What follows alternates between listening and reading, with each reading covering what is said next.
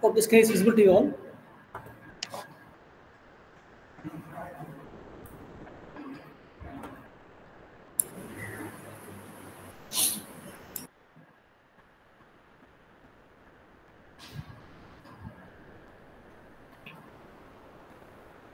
Yes, this is the syllabus for you regarding the casting and forming process. So in this thing, we are going to discuss about the casting.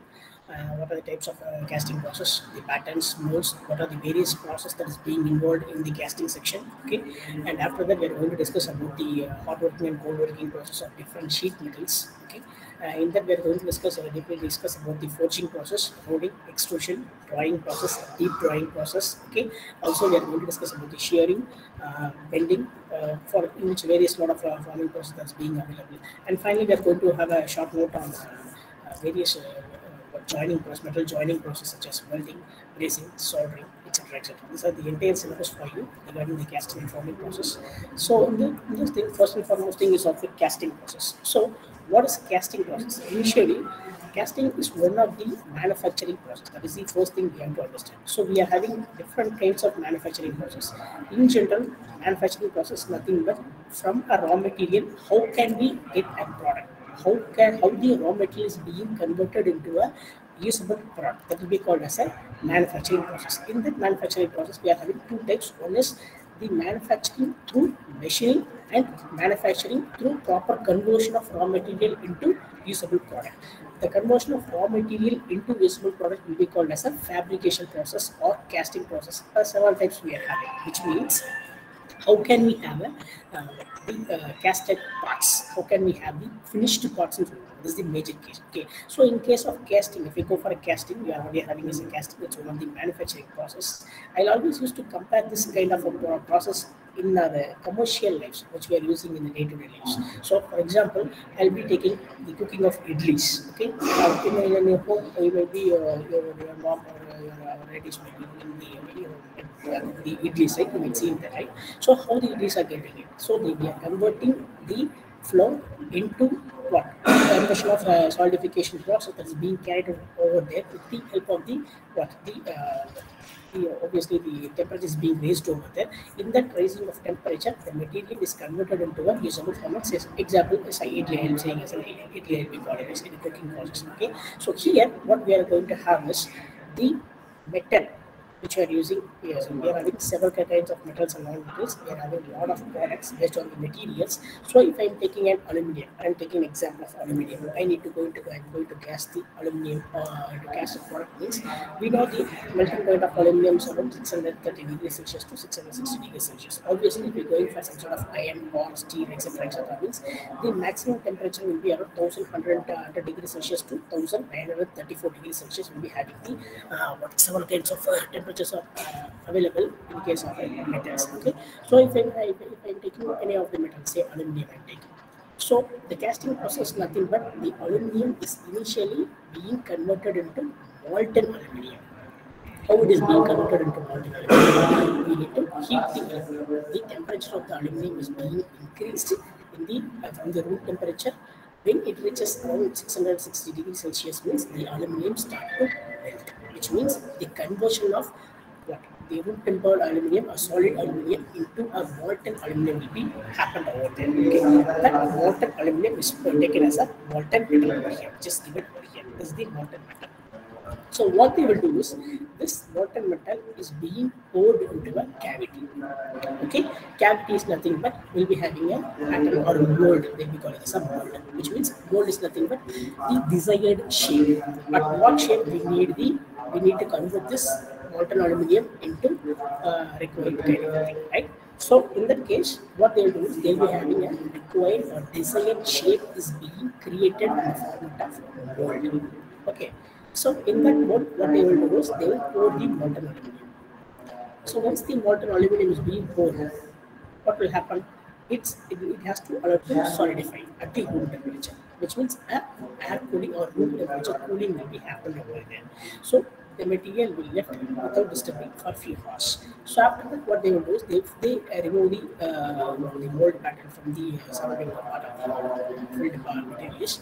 What they will be getting the casted part. They will be getting the casted part. So this is the example they have given, which means a metal is being converted into a molten metal, and molten metal is being poured into the cavity or mold cavity. That mold cavity is to be a desired shape or required shape, and it has been allowed to cool or to solidify. That is solidification has to taken care. That is the main thing. On proper solidification, what they will do is at the end they'll be removing the material, removing the unwanted material or surrounding material throughout the casting. They'll be getting the or breaking the mold. Once the mold is being broken, we'll be getting the casted part. This is the casting example. Okay. So in the casting, what is another important thing we have to address is we have to take care of four different things. First and foremost thing is a pattern. Okay. Second thing is of mold. Third one is of sand, in case of sand casting. So in the casting itself, we are having different types of casting. Okay. First and foremost thing, traditionally we have gone for a sand casting. Okay, after that we have gone for permanent castings. So like that we are having several types of casting that we will see one by one in the upcoming slides. So even though the important thing is first and foremost is the pattern, mold, sand, and pores. These are the four important things we have to note in a casting process. Okay, so if we go for a pattern, so what is a pattern? Pattern is nothing but how the mold is being created.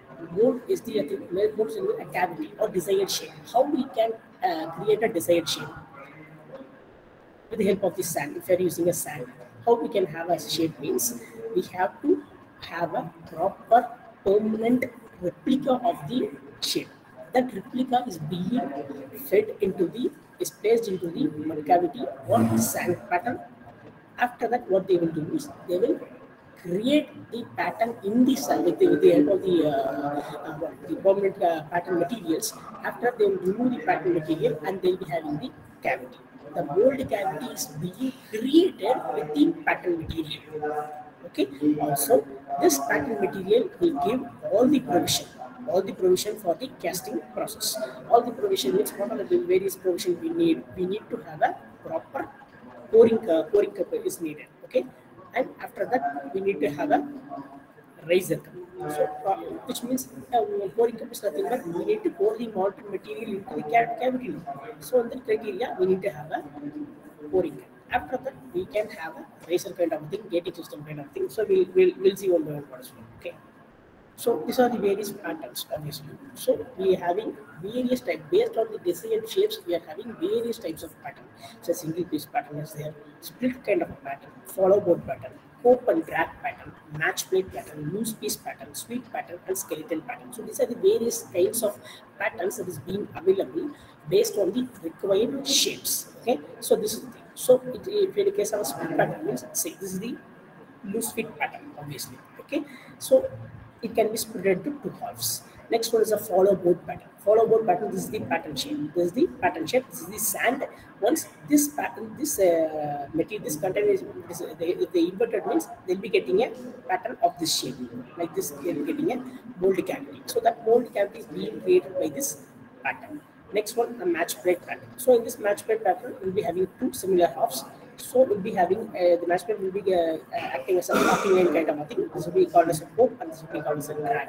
In a sand casting, the main thing we have to understand is cope and drag will be there. Cope is the upper part, drag is the lower part, obviously. So a match plate pattern, this is the pattern they have created with the help of the sand. Once the pattern is being removed, we can have two semi-halves. So this is of semi-half one, this is of half two. Two semi-halves will be obtained with the help of the match plate pattern. Similarly, loose piece pattern. If we need an extra provision, we can go for loose piece kind of a thing. And we need to have a sweep kind of a pattern. If we need to create a bowl kind of a shape. So bowl kind of a shape is being created with this kind of a sweep kind of a pattern. Next one, these are the various kinds of a pattern. So this is the pattern, single piece pattern. So this single piece pattern is being fed into the sand, and after creating the proper speedy operation will be carried out, which means by ramming the proper sand with the help of the proper rammers, and we can create this pattern in the format of mold cavity, in the format of sand.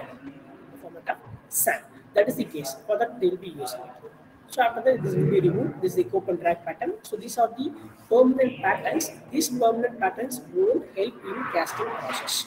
This is mainly to create the mold cavity in the sand casting technique. Okay, so that is the major case. So this is the thing we have to understand. So these are the match plate pattern. So this is the cope and drag pattern. See, this is the cope and drag pattern. So this is the runner pattern. Runner pattern means this is the runner where the molten metal tend to enter inside the pattern. So this pattern is being fixed in the mold, sand mold, and it will be removed, and the replica of the pattern will be created in the sand mold. That replica will be used as a casting method. Okay, so this is the case. This is the pattern. This is the mold. See, this is the thing we have to understand. So this is the mold. This is the mold cavity which is being created by this permanent pattern. This permanent pattern created this mold cavity. Okay. After having the mold cavity, what they will do is they will remove the permanent pattern and they will go for a entire. This is completely a sand. Casting sand. This is completely is of a casting sand. This is a core. I will say what is core in the next slide, upcoming slides. Core is nothing but if we need any extra provision. If we need any extra provision, in other words, if we need any some sort of holes in the shape, if we need have a hole-like provision in the desired shape, so we need to insert another material, an extra material in the cavity. If we insert an extra material in the cavity, what will happen is the material won't fill in that cavity, in that place which we have been inserted, right? So that extra provision, extra projection is called as core, where the molten metal will not get filled in the core section, and apart from the core section or surrounding the core section, the molten metal will tend to fill. Okay, so at the end of the solidification, at the end of the removal of the process, the removal of the sand, the core pattern is also, core material is also removed from the casted product. So what will happen is, once the core part is being removed, that provision will be called as a core kind of a provision will be obtaining it. So this is the main purpose of core, that we have to understand.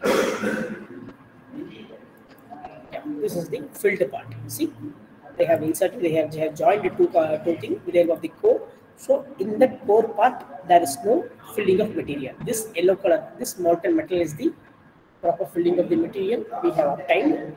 Okay, in that section, it has filled. See, this is the runner part. Okay, so this is the rising cup. So what is the rising cup means? Once if they start to pour the molten metal in the runner part, what they will do is it will tend to flow over here, and it will start to move and it will start to fill over here.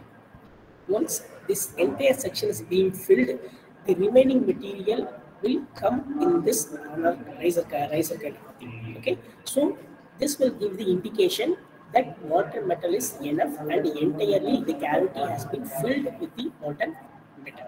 That thing will be ensured over there. For ensuring the proper filling of the molten metal into the mold cavity, this riser will be highly helpful. Another important thing will be that gate kind of a section will be there. Gate is why in the thing will be having a proper gate kind of section. Why the gate is needed means, gate and runner is needed means, so the water metal which we are pouring is of very high temperature. Okay, so the metal will be in water obviously, at a high temperature more than 600 degrees Celsius if we take an aluminium. If we take an iron, it will be more than 1100 degrees Celsius if we take an iron itself. Okay. If we take an iron kind of a thing, means more than 1500 degrees Celsius, it's a pure hot metal. We can't withstand it, right? So in that case, what we do is we have to pour the metal. It will tend to fill the gate section first. After filling the gate section, it will have a uniform motion to create the uniform flow of the water metal. This gate system will play an important role. Okay, the gating system will, I'll explain that process. Fine. So this is about the mold material. So here we are having several lot of types of materials in case of a mold sand casting kind of thing. So majorly we'll be using a silica, SiO2 silica. That is the case. It's about 70 to 85% of silica will be used always. So the bonding percentage will be 10 to 12%, and that will be given as a clay, and 3.3 to 6% of water. So why we are going for a sand means, main purpose of sand means we are having a lot of properties in case of a sand. A lot of properties are there, from the temperature to the temperature means heat standability, permeability, refractoriness, let's say temperature sensitive conductive, okay, cohesiveness, proper bonding, okay, non-cohesiveness also is available over there. So several kinds of properties are being provided with the sand. The sand can withstand very huge.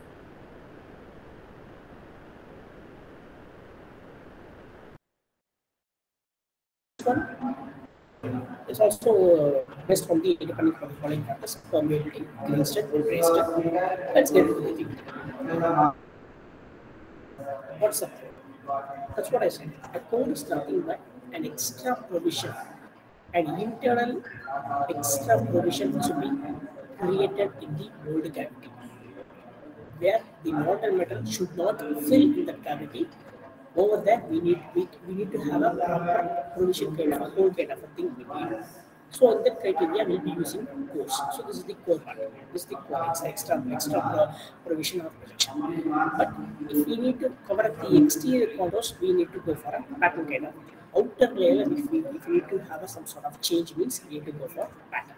Internally, we need to have an internal hole is to be drilled, or the hole is to be provided in a pattern, in a casted part, means we need to go for coarse kind of things. Okay, it is the shape.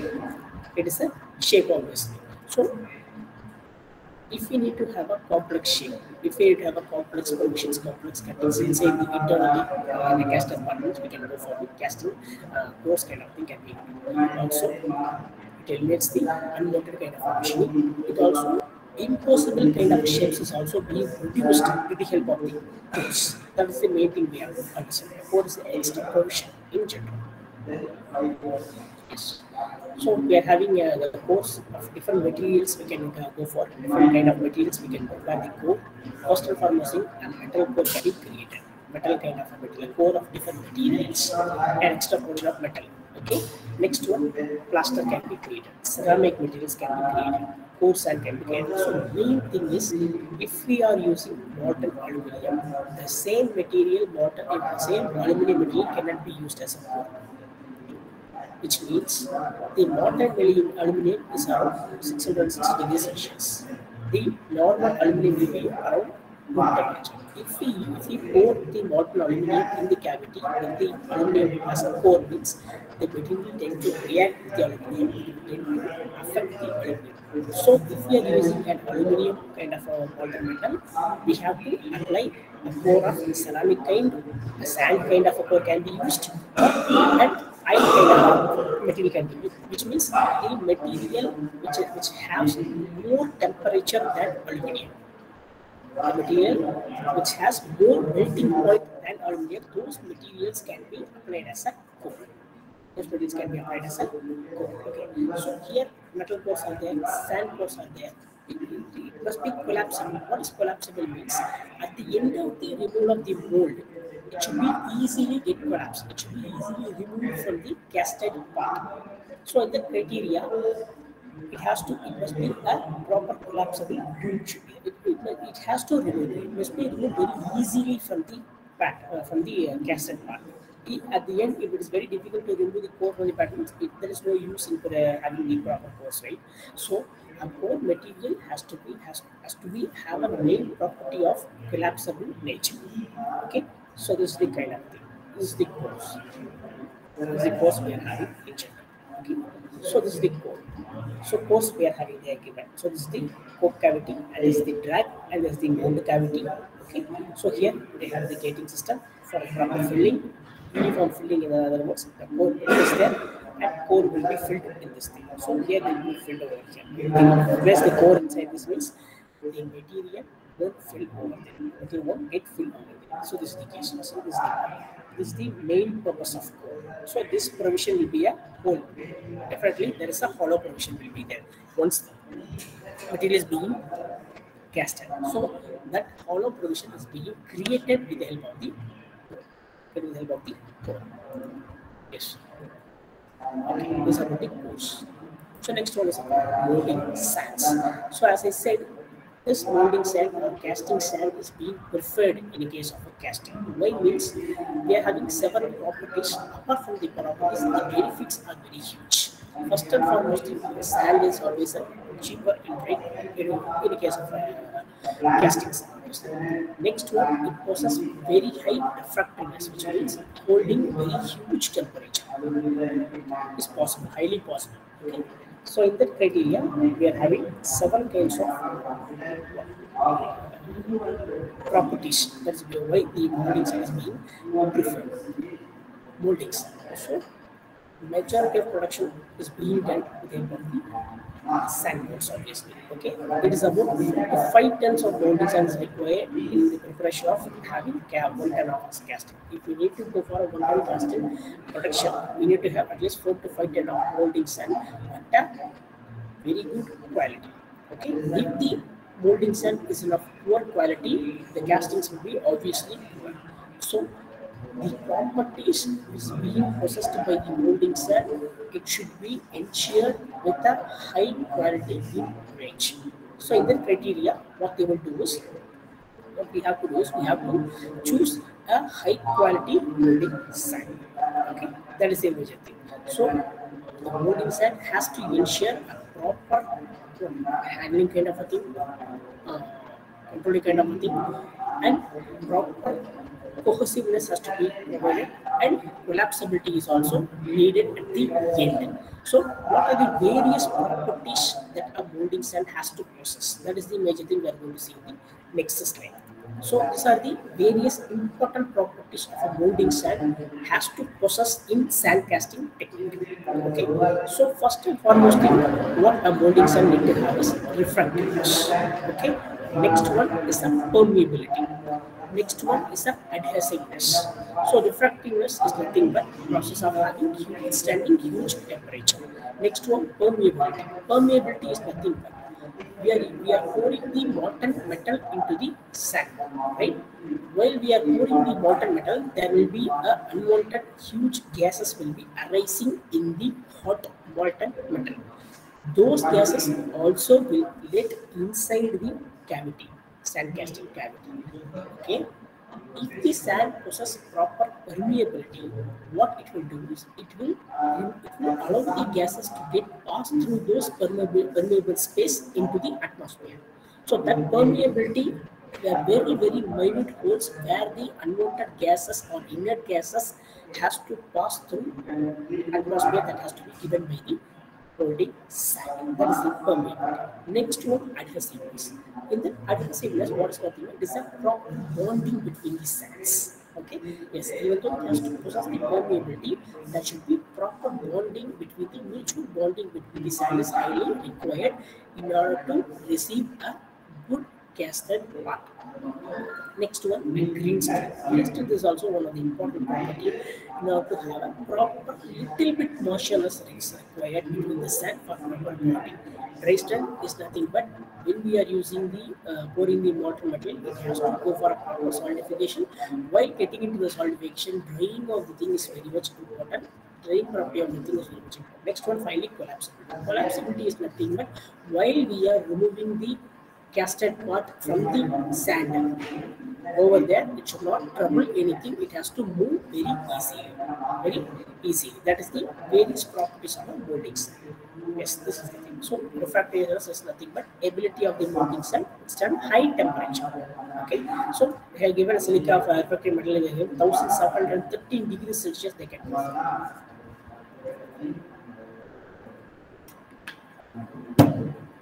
1713 degrees Celsius they can perform. Okay.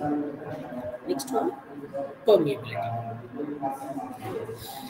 So ability of the molding cell to allow the free gases or waste gases or inert gases to get passed. Okay, that is called permeability. So it has to make the unwanted gas to get passed through. Without that means the material filling won't be happen very properly. The unwanted gas will disturb the material filling nature. Water metal filling nature only will get disturbed. It will make the disturbance. So that disturbance has to be removed very thin. Next one, adhesiveness. So it is the molding stand to stick the walls of the mold box. Also, proper bonding between the sand is also required. Next one, cohesiveness. So molding to stick one another. Okay, proper bonding. Next one, green state. It's the moist state. So moisture is required. That moist state is very much important in a case of a green state kind of a thing. Next one, dry state means it is the while solidification process. While the metal is getting solidified, the dry strength has to be ensured in the cope and drag box in the sand casting process. It's very much necessary at the heart. And finally, collapsibility. This collapsibility is nothing but while we are breaking the mold from the casted part, the mold has to break very easily. It should not get stick very important, very strongly to the casted part. So it will be a damage or it will create unwanted damage to the casted part. So that collapsibility is also very important in the case of a sand casting technique. Yes, students, are you able to follow? Students?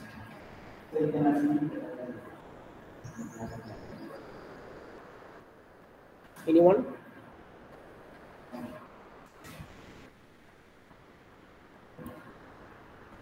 Students?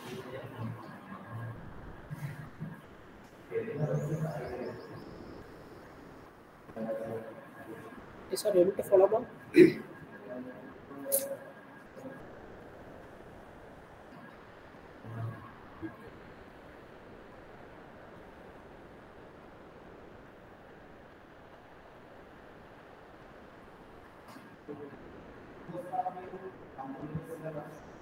Okay.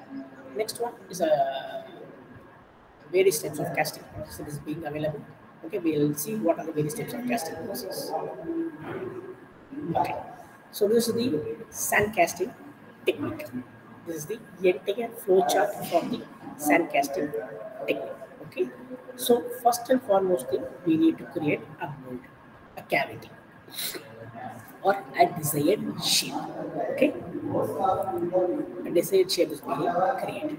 Okay, so in that, while creating the desired shape, we need to consider pattern, we need to consider code, and we need to consider proper gating system. The gating system is very much important in proper filling of the material.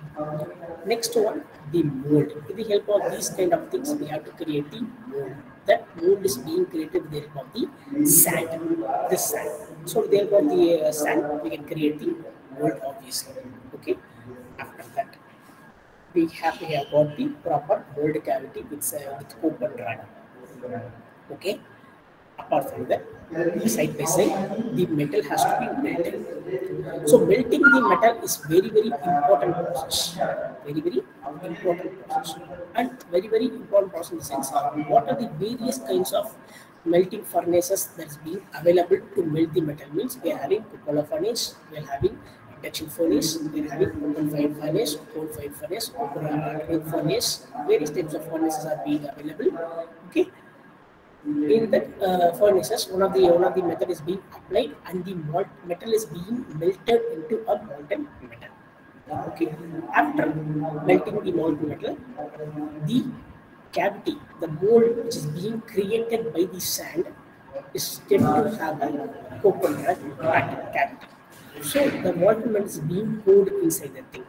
Okay, once the molten metal is being poured inside the mold cavity and is being allowed to have a proper solidification. Once it is being filled very properly, what they will do is they will leave the section for few hours for proper room cooling or proper solidification process. So in that thing, what will happen is very clearly they'll be going for a solidification. After solidification, they will take out they will dismantle the coupon wrap and they will take out the casted part outside. Okay, and for the removal, they'll be going for some sort of emissions being applied, some sort of shakeouts being applied, and some sort of forging kind of techniques being applied. That is the case. Okay, so once it's being removed and it's being taken out. And after that, the finished product is being given as a heat treatment, because either you can go for, or else directly you can go for cleaning and finishing, and then we can go for the inspection. Directly we can go for the inspection. So these are the most important thing has been applied. Has been applied in the case of a sand casting. So this is the entire flow chart for the sand casting. So this is the sand casting. So this is the coke part, this is the can part. So this is the casting flask. Obviously, this is the coke. So this is the sand. This is the sand. Okay, and this is the pattern. This is the shape. This is the shape that is being applied, and this means this is the core. Again, they have given the core also. So this is the core part that's being given. So once that is being applied, okay. So how to make sand casting? It's very easy. So we need to create the mold first. How we can have the mold? We need to prepare the sand. We need to take the highly purified, highly quality sand casting for sand casting technique, and after that we can go for what the pattern shape, and the pattern shape is being created as a replica in the sand pattern. Okay, and after creating the removing a opponent pattern, we can go for the sanitizing the proper getting tier systems created, runners being created manually, and finally we can go for the pouring of the metal, and the runners being allowed to cool, and we can get the break the sand, we get the wall. So the most common sand is silica and SiO2, since it can withstand the temperature of 1713 degrees Celsius. For aluminum, it's a win-win situation, obviously, right? So it is the case. So we need to create a sand which must possess all the important properties such as refractiveness, permeability, adhesiveness, collapsibility, the proper combined kind of things. Okay, green steel should be ensured. So based on the preference of sand is very important. So this is the exact sand casting technique. So this is the coke pack, this is the coke flask, this is the track, this is also sand, and this is also sand. So the pouring cup is being created. So this is the gating system. This is the gating system. So the metal is being poured from here. So what it will do is the metal will tend to fill first over here.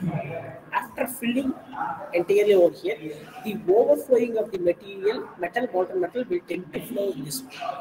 So in this way, what it will do is it will tend to fill the entire section of the cavity except the core part. So the core part won't be disturbed. The boundary layer of the core will be acting as a stacking kind of a thing, and this part won't be filled by the molten metal, and this entire part is being created. Okay. After that, once it's being filled very properly, what it will do is the metal will tend to fill in this riser, which indicates a proper completion of the molten metal has been done. Okay, so what it will do is once the riser comes to the top surface layer, the filler or the labor who is filling the molten metal into this, he will understand, yes, the product has been filled very properly. So as I already said, it's molten metal, so unwanted gases will be very huge in range. So what they will do is those gases has to pass into the atmosphere very short time. For that thing, the sand must process proper permeability nature. Okay, so this is the part they have created. This is the core that they have filled. So this is the part. This is the thing. So this is the casted apart with the provision hole provision. So this cylindrical kind of a hole is being inserted into the core. So this is the part over here, and this is the core print, and they will remove the core at the end. What they will do is they will have the casted part with the provision of hole kind of thing. This whole provision is being created by the core. This is the case. Okay. Next one. So this is another kind of thing. So this is the entire section. This is choke will be there, create system will be there, and sand core is being placed over here. So once the thing is green color is the water metal filled over here, and core is the sand core is there, and the green color is not over here, which means the metal is not filled over here. So once it is being removed, so it's about the sand casting process. Okay. So if you are having any doubts in sand casting process, you can ask me now. If there is any doubt, students, in sand casting technique? Yes, anyone reply? If you are having any doubts or any queries in sand casting techniques, you can ask me.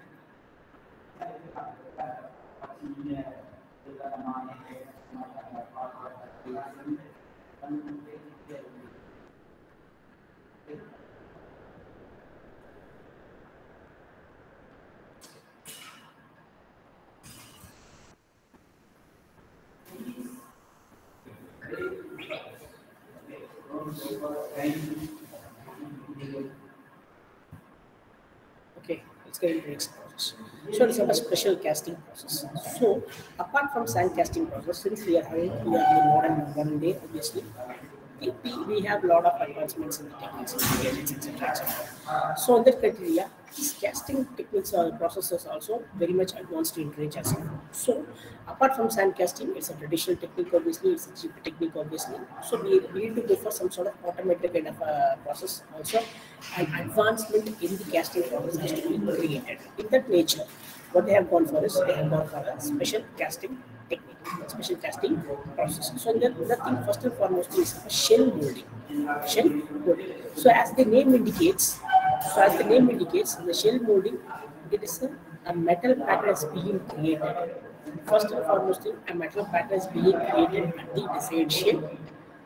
That metal pattern is being placed in a container as an open lid by the container. So after placing the metal pattern, certain lubricants is being pasted on the metal pattern. So a container with the casting sand is being created, or ceramic sand is being taken.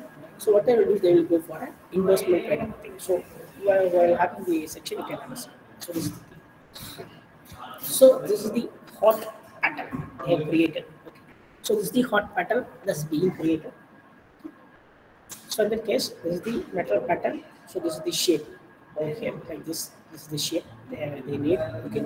This is the hot pattern they have created. This hot pattern is being given with the proper lubrication. Okay. So this is the sand they have taken the container. So they are closing it with the proper pinch. What they will do is they will go for the inverting of section. So in second step 2, they have inverted this container completely. So all the sand will tend to play on the this steel pattern, this hot plate pattern. It will tend to fill.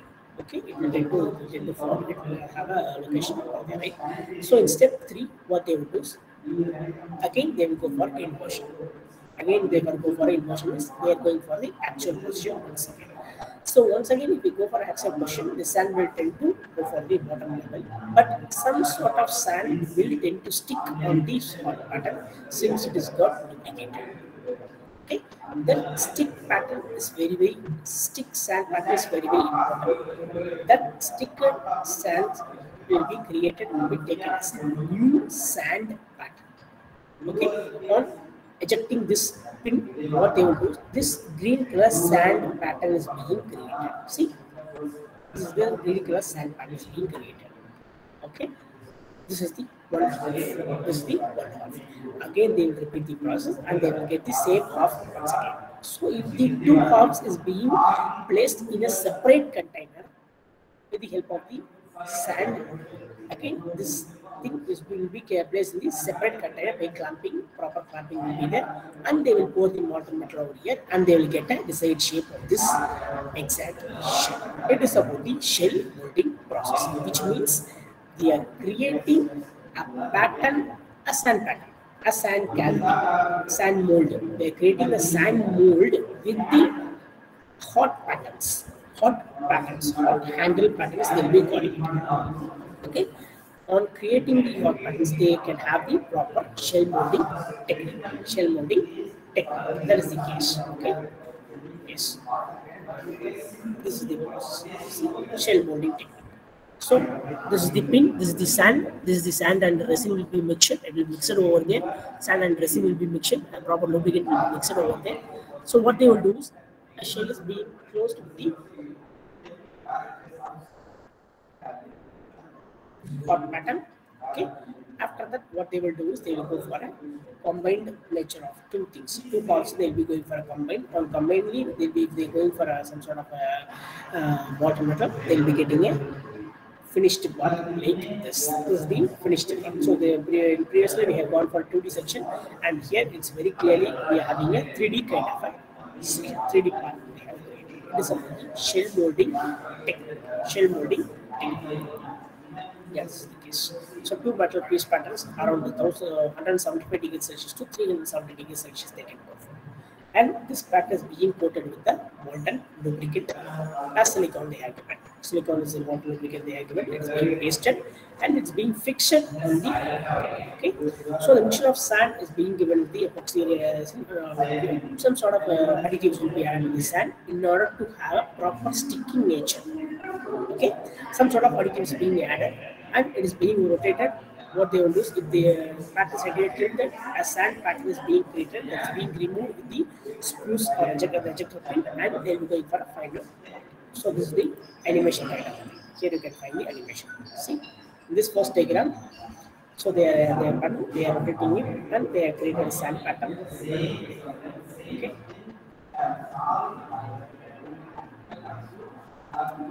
Yes. So this is the pattern. The front thing will be given, so the sand pattern is being created. That created sand pattern is being placed in this thing. Okay, and the part is there. Placed and being covered with the proper sand, and bottom is being poured.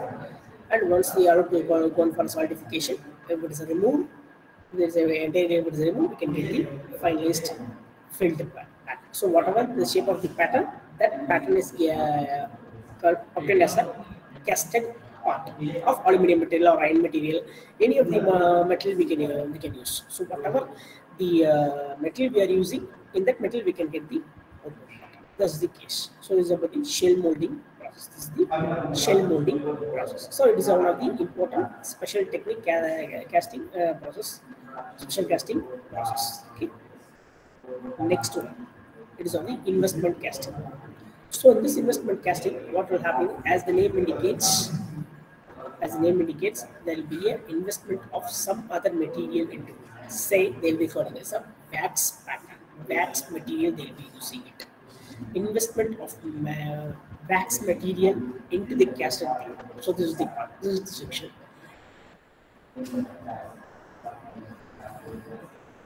Okay, so the pattern initially we need to have the casted part of shape, initial shape being created with the wax material.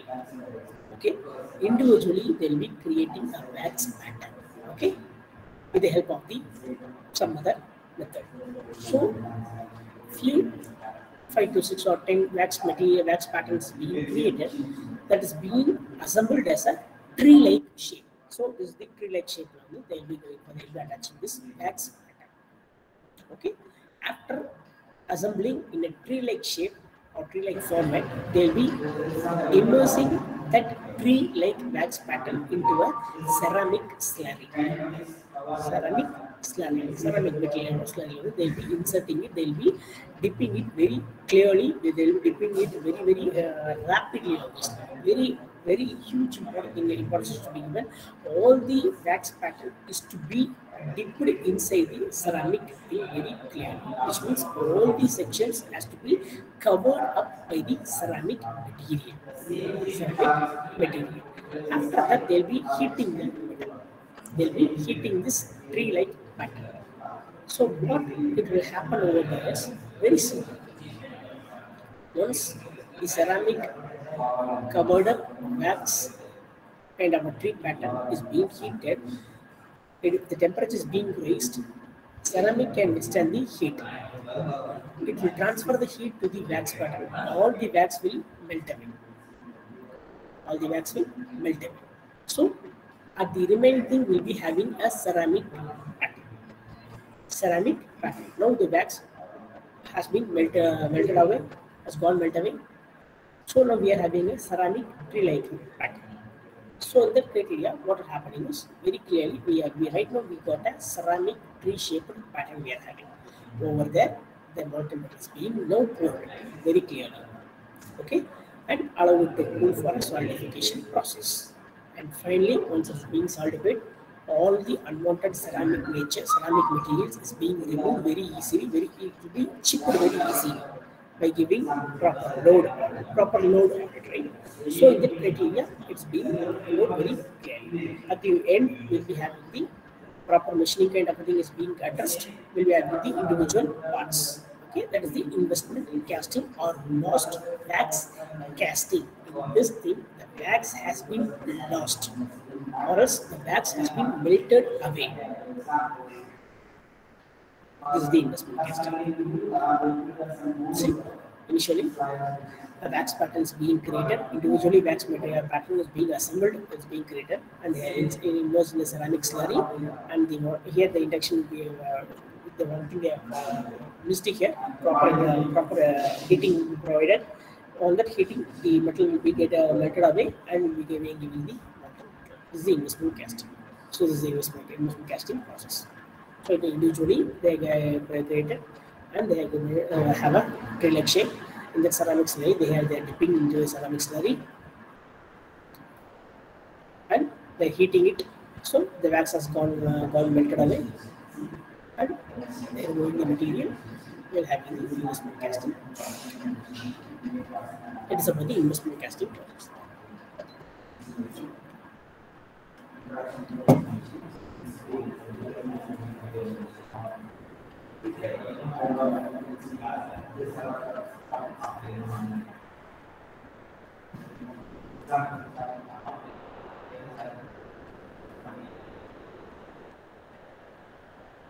Yes. Yes, if you are having any doubts, you can ask me, ma'am.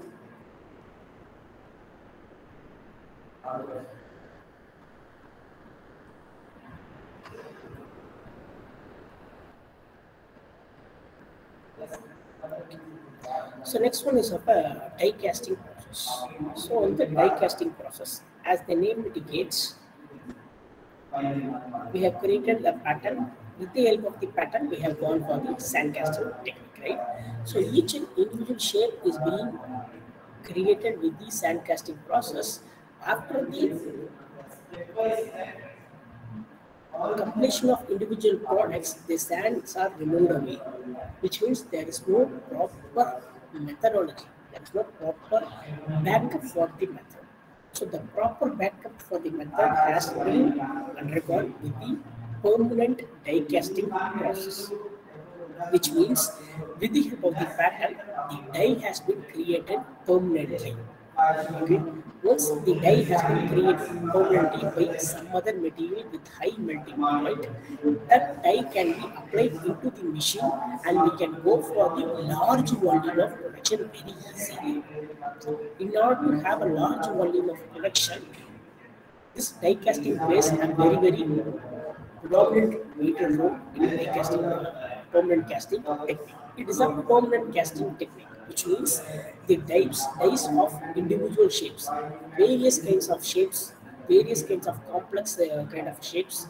Everything can be easily casted with the help of this permanent die casting technique. Permanent die casting technique. So here they have been incorporated in a complete mechatronics approach. In other words, they be calling us hydraulics and pneumatics will be applied over here. Cylinders will be applied over here. A die is being created. A permanent die is being created. With the help of the permanent die that is being created, the casting has been the casting the permanent casting technique is being done, and the process can be repeated for several times. Okay. Also, if the machine is okay, the process can be repeated for several times. That is the major thing we have to understand in die casting technique. Die casting technique. So this is the so here is the mobile end, and this is the fixed thing. Fixed die is the mobile die, and this is the die shape. See, this is the die shape. Okay, this is the fixed die, and this is the mobile die, and this is the closing die. So the closing die is being activated with the hydraulic cylinder. So once it is being fixed, the bottom metal is being poured, the bottom metal is being filled in the die cavity, and whatever the exact shape of the die will be obtained as a casted part. See, this is the fixed thing, this is the opening. Here also, if we insert a core, we can get the hollow portion will be obtained. A core is being inserted in the movable die, and the cavity is being created. In that cavity, the molten metal is being poured in this way. So once they are pouring the molten metal, except the core, all the places are being filled, and once the movable die is being removed from the fixed die, this casting part is being taken separately. This casting part is being removed from the fixed die.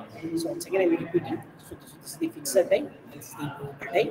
So with the help of the hydraulic cylinder, the movable die is made to have a mate with the fixed die, and the molten metal is being poured in that gap.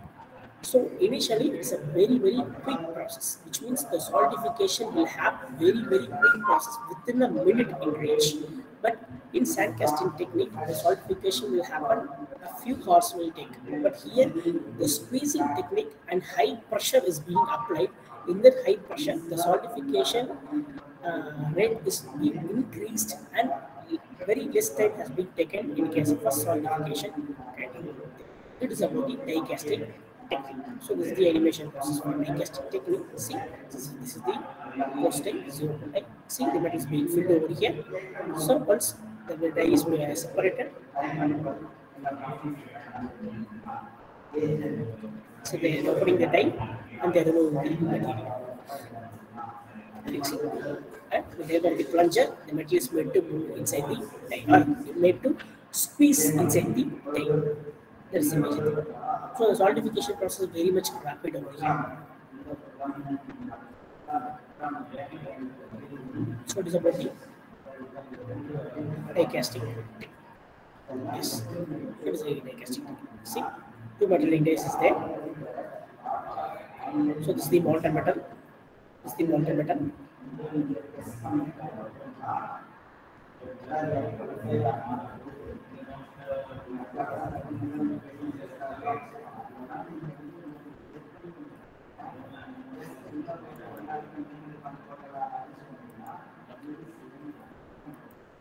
So this is the process.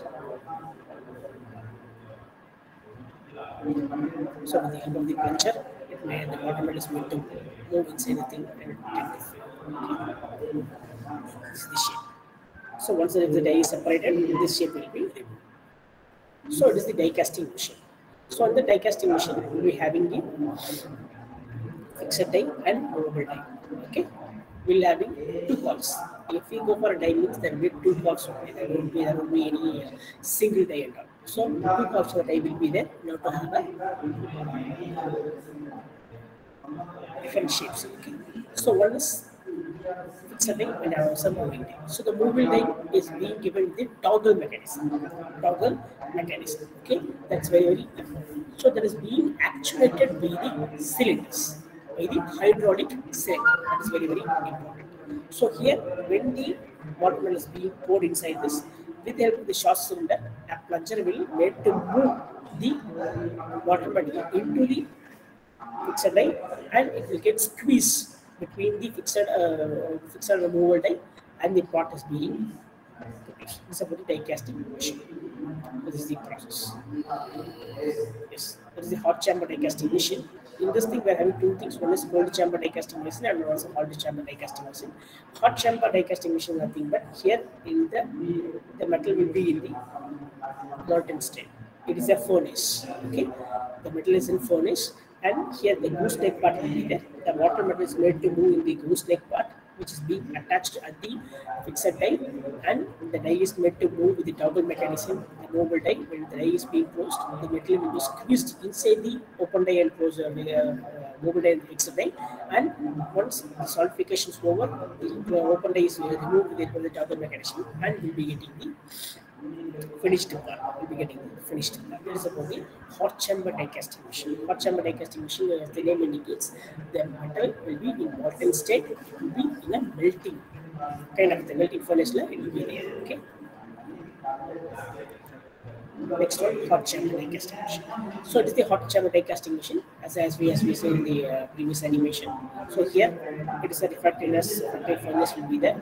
This refractoriness, what we will do is this bricks kind of furnace cells. What we will do is it will hold the temperature for a long time, hold the heatness of the molten metal for a long time. It will leave. For that purpose, they'll be going for a hot chamber die casting machine.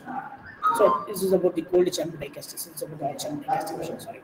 So here we'll be having the hot chamber. Because the gooseneck part is very much. This gooseneck kind of a thing is being inserted. So this is the completed part. So this is shape. This is the shape. Okay, the model is being filled. So once this screw spin, this pin, ejector pin will be there. This is the ejector pin. That ejector pin will remove the metal and it will tend to. This is the hot chamber die casting machine. In other words, the molten material will be in molten state, obviously, with the high temperature, in the furnace, obviously. In the furnace will be there. Okay. So what they will do, they will have a proper plunger unit. They will give the proper pressure from the plunger. So what they will do is the molten material will tend to escape this gooseneck kind of a motion. And it will tend to fill in the fixed die. So in the fixed die, what will happen is once the movable die is being combined with the fixed die, we'll be getting moved. So it is about the hot chamber. In the case of a cold chamber die casting machine, it's very simple. So open cylinder and cylinder will be there. The molten metal is poured in the format of ladle. That thing is being made to pull inside the open and closed die, open and fixed die, and we getting the. It is about the cold chamber die casting machine. This is the cold chamber process. So with the plunger, they are fixing it, and they are moving it. Okay. The pressure that is being needed. It is about cold chamber, high pressure die casting machine. It's very important. High pressure is very the word high pressure is very important. In the open die and closed die, which means the solidification will carry on very quickly.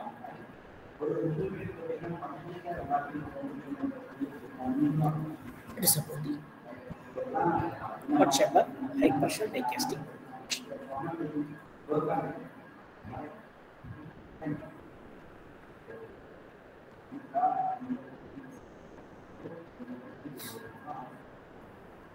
It is about the die casting part example.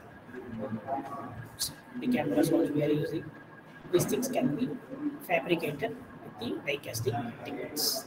Okay. So also the repetition of the casting process is also highly possible in die casting since it is a permanent die. But in sand casting, repetition is possible, but it's very high in risk, high in input is required, high kind of sand is being required. Okay, individually, if we go for a sand casting process, we can have the accuracy, we can have the reliability, repeatability, everything we can have, but it's not a very easy task as die casting machine, permanent die casting kind of things. So if it is a permanent, we can apply the thing at wherever we need, whatever the possibilities we can go for. It is about the die casting technique. Okay. So next one is our centrifugal casting. So if you need this kind of rods, you might see in the borewells, drilling holes, drilling of borewell vehicles, you might see this kind of rods. Okay, these rods, how they are preparing means, how they are fabricating means, how they are manufacturing means with the help of the centrifugal casting technique. Okay, so here furnace or a content has been taken in the format, in the shape of this kind of a thing.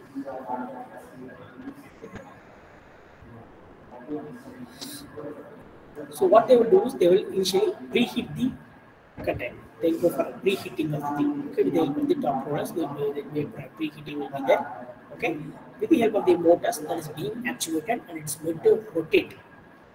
Okay, while rotating, the molten metal is being poured in the ladle, which is being connected to it. So while rotating through the proper motor, the molten metal will get into inside the cavity. So what it will do is, it's getting inside the cavity through proper rotation. During the rotation, the metal will tend to fill in the all over the cavity. Okay, that proper all over filling of cavity is being created by the motor unit. Okay, that motor unit will give the rotational movement. The rotational movement will provide the proper filling of the material. Once it is solidified, it is being removed, we'll be getting a pattern of this, we'll be getting the finished casted part of this kind. It is about the centrifugal casting. It is about the centrifugal casting kind of a thing. Okay. So these are the examples for centrifugal casting parts. These are the casted parts. So if you need a hollow pattern, you need a pipe like kind of structures, yes, exactly pipe like kind of system where these materials say is PVC pipes or any kind of iron pipes, aluminum kind of steel pipes, right? They're having different kind of things, right? So based on the requirement, the centrifugal casting is being applied and the pipe like of structures being casted very easy. It is a very centrifugal casting. So the applications you can see the pipe rods, these are the various kinds of pipes, where pipes are right, rods, etc. etc. So bearings, we can go for bearing pressure, cylinder liners can be created, piston rings can be created.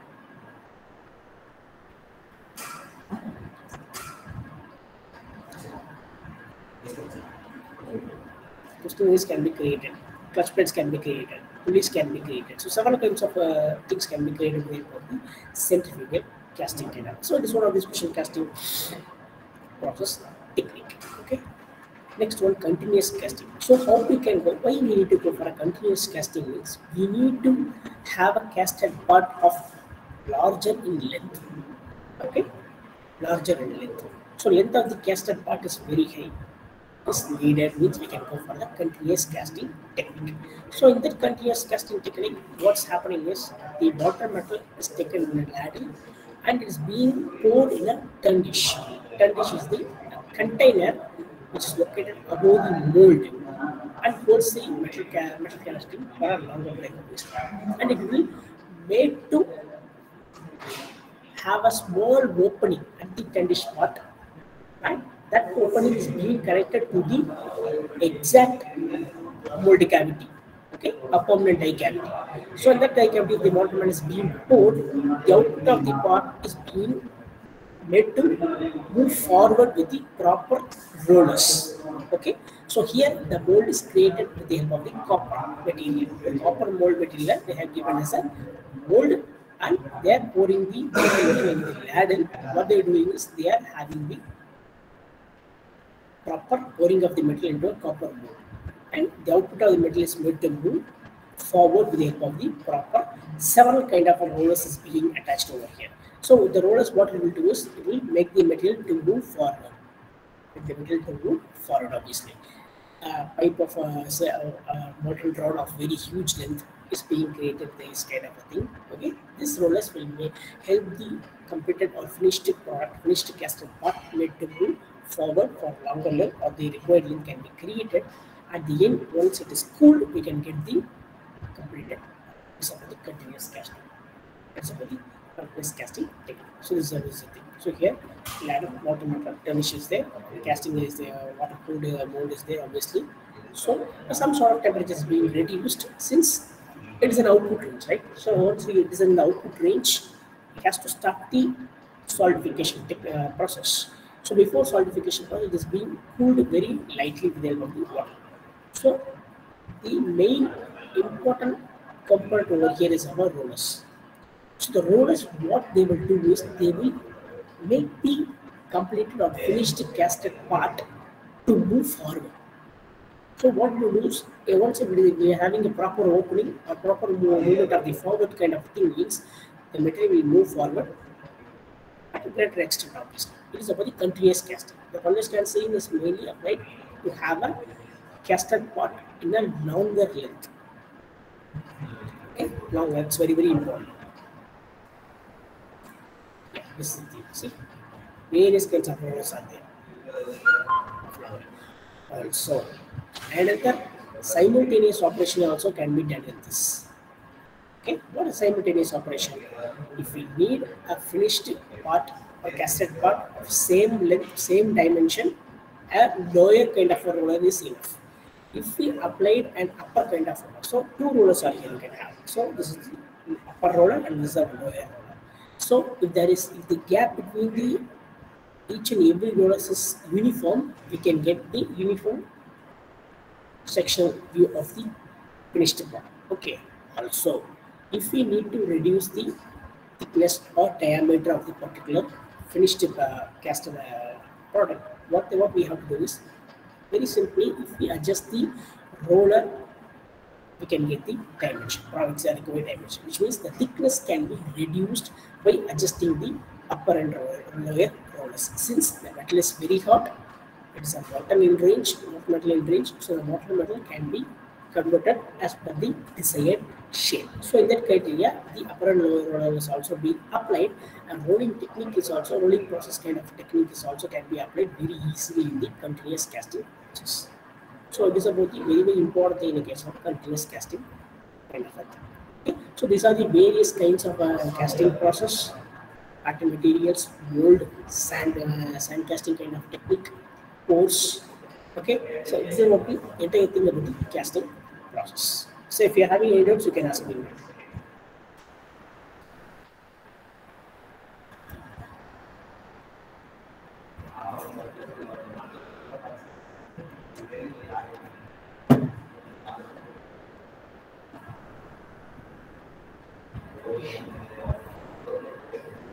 Any doubts, any clarification, or any discussion regarding casting technique?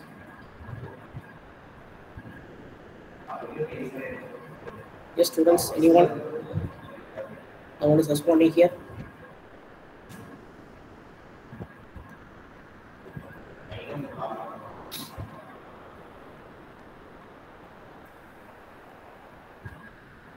Shall we get into the next one?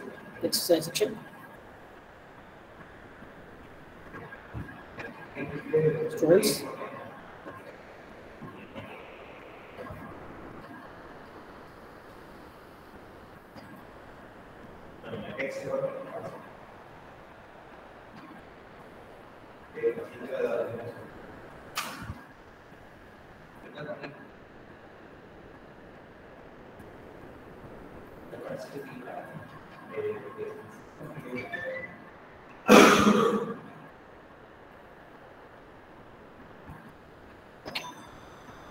Yes. So next one is the forming process or sheet metal operations, anything we can call for. So what are the various kinds of process that's being available? First and foremost is forging. So forging, we know what is forging. In our home, we'll be going for a forging operations, which means conversion of shape into a required shape by applying a proper pressure. Okay. That is the case in the case of a forging process. So forging is nothing but a bulk deformation process in which the billet, this is the billet, molten billet we are having. The molten billet can be changed into a required shape when it is a molten state. Okay. So if we send out to apply a very low pressure, okay, very low pressure or very low compression kind of thing is being applied on it. So what it will do is it will have a deformation kind of thing. It will undergo deformation.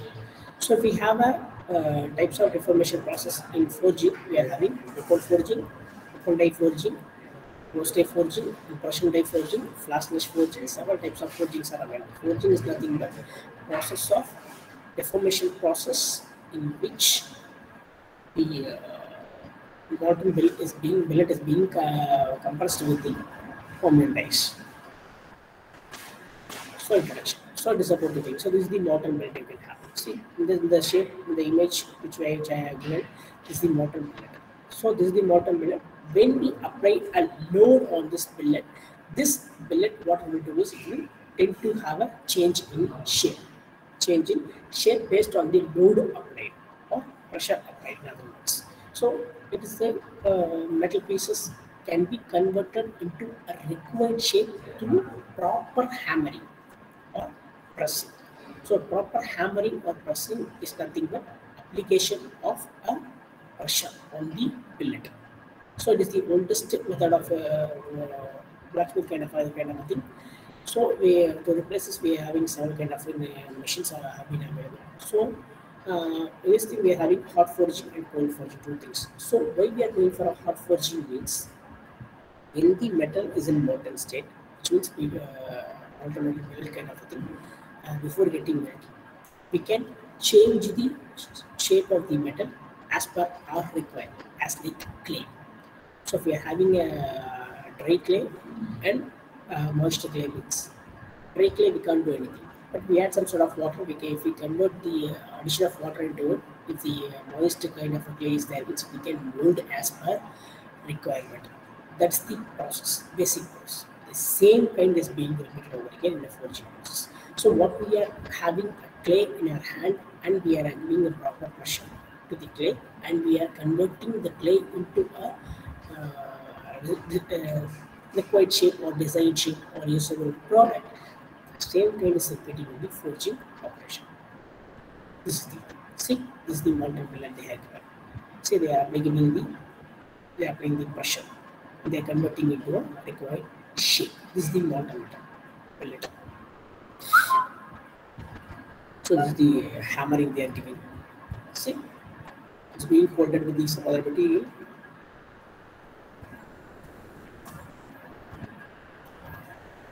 Proper hammering. Okay. Yes. See, proper hammering is there. Yeah. Next one is the progressive forging. So this is the molten billet. This is the molten billet. So they are applying the pressure. So this progressive forging will ensure the uniform diameter of the rod. This is the uniform diameter. That is about the progressive forging.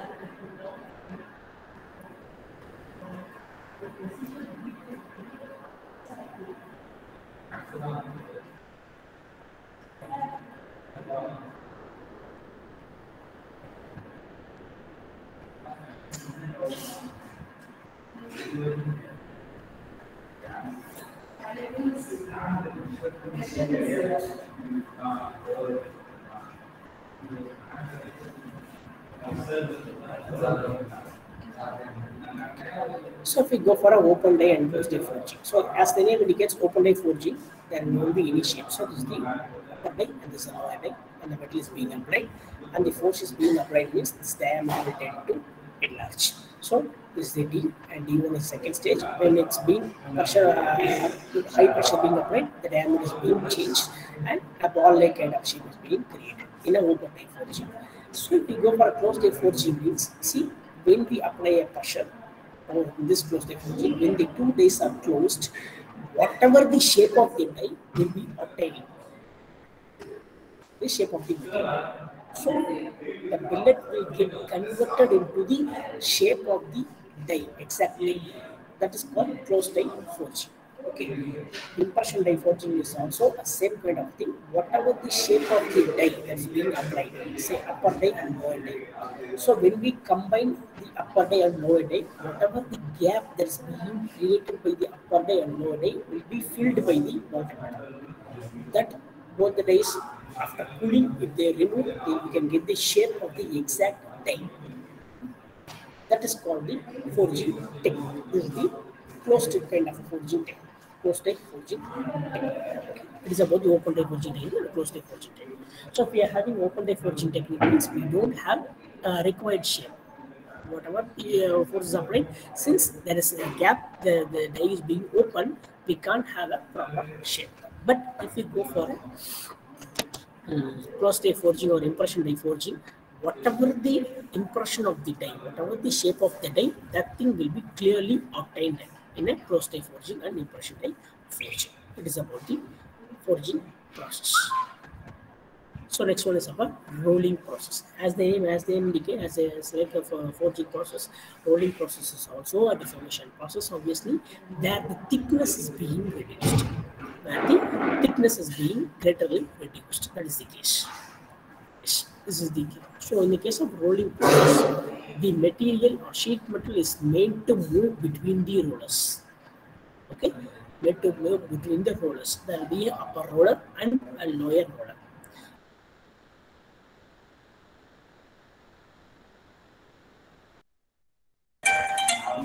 It will have a proper movement. Okay, in that proper movement, the thickness of the material will be reduced. So once the thickness of the material is being reduced, that process is called as a rolling process. So this the thickness of this bloom, millet, and slab. Here, plate, sheet, and slab. The thickness is being defined. Okay, so if the thickness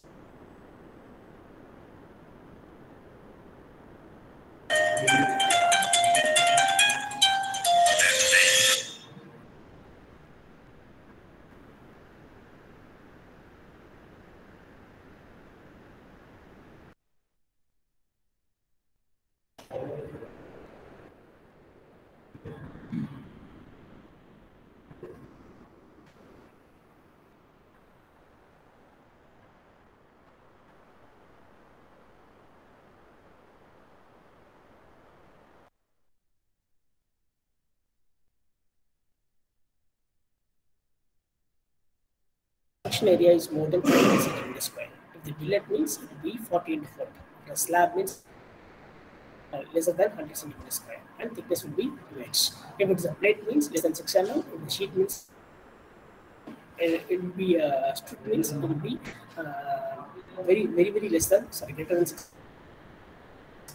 In the case of a strip. So strip is nothing but a sheets, complete sheets. So based on the thickness only, the bloom, billet, and slab created in the case of a rolling technique, the rolling process technique. Okay.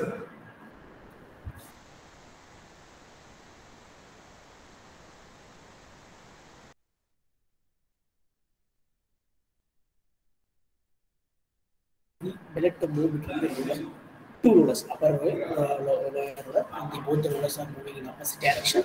When the velocity is V naught, initial velocity is V naught, which we are applying inside. The velocity will be VF, and the change in height HF after fractional force after rolling kind of thing. So this is the case we like. So in the case of frictional force, slip force means H minus H naught minus HF would be mu into 2R. In the case of roll force, F is equal by ABG. So this is the case of rolling force of kind of thing. So this is the process you can have. See, input will be there, two rolls are rolling, ready, and the output will be shorter in diameter, shorter in thickness.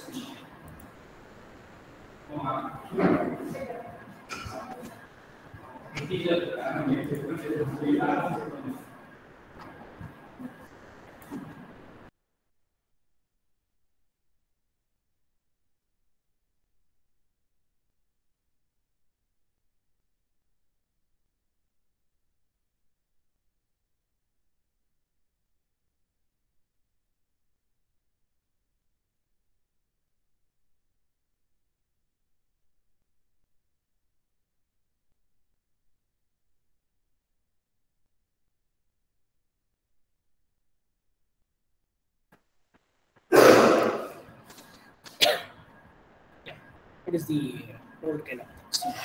How the thickness is being reduced? Yes. So here, this is the ingot section, grain section. Okay. So this is the before rolling kind of thing. So after rolling, see the grain structure, how it is being thin. So once the thickness is being reduced based on the reduction in the various kinds, say from the bloom, billet, slab, and the kind of plate, sheet, and strip. So if it is a strip, what is the temperature? What is the grain structure? That is the case we have to understand. So it's very simple. So initially, while the billet is very hot, we'll be having the grain structure as an ingot kind of thing. We'll have the grain structure in a stripped or linear form. So once it's being made to move inside the rollers, what will happen is we'll tend to convert the proper kind of grain structures being reduced and very short grain structures being determined at the end. That is the case of a flat rolling process. In the case of a ring rolling, it's a ring rolling process. See how the diameter is being increased and the thickness is being reduced. We can obtain over here. So this is the ring rolling process. So based on the what dimensions which we are prescribing it, we'll be getting the dia of the required shape. It's the ring rolling process. See how the dia is being increased. See, this is the very hot ingot pellet material. It's a ring rolling process. So this thing is something but the lubrication they are giving, proper coolant is being given, since it will be very hot, very high in temperature, since a human being cannot withstand the huge temperatures, right? So in that case, they have given the ring rolling kind of operation. So you can have the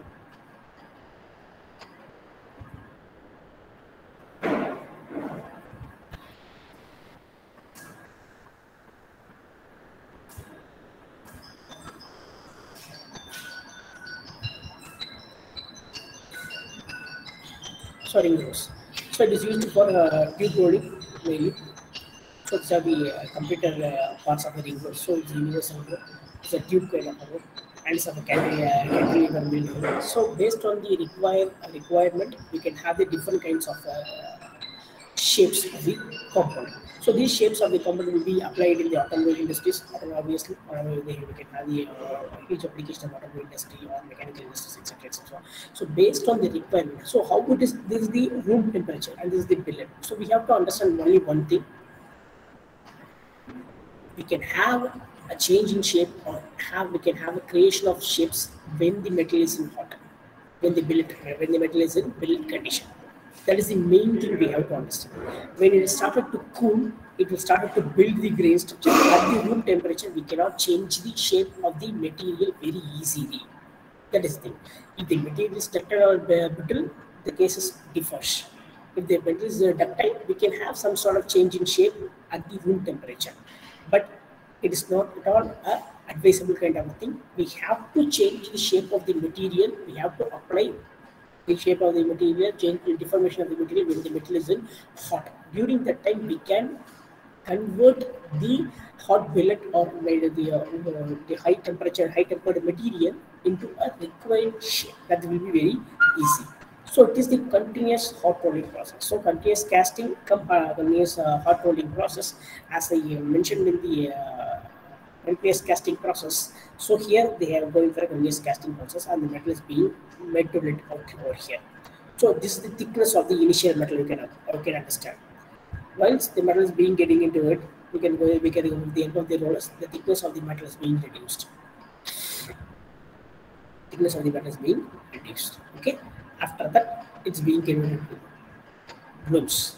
After the blooms, it is being converted to slab and sheet, plate, and after that sheet. And finally, we can go to the what? They finish the product as rolled sheets, completely rolled sheets, and it's being cooled with the water, and we can the metal is being taken as a completely rolled kind of sheets being obtained.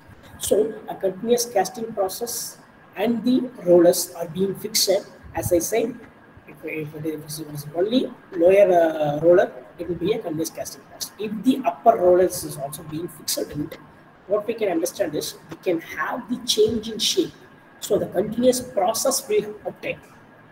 Continuous casting, after continuous rolling, the exact requirement of the various kinds of shapes, say from the bloom, billet, slab, plate, sheet, and strip. Everything can be obtained. At the end, the strip is nothing but the complete sheet, woundable sheets. In other words, the metal is being hot rolled and cooled continuously. We can obtain.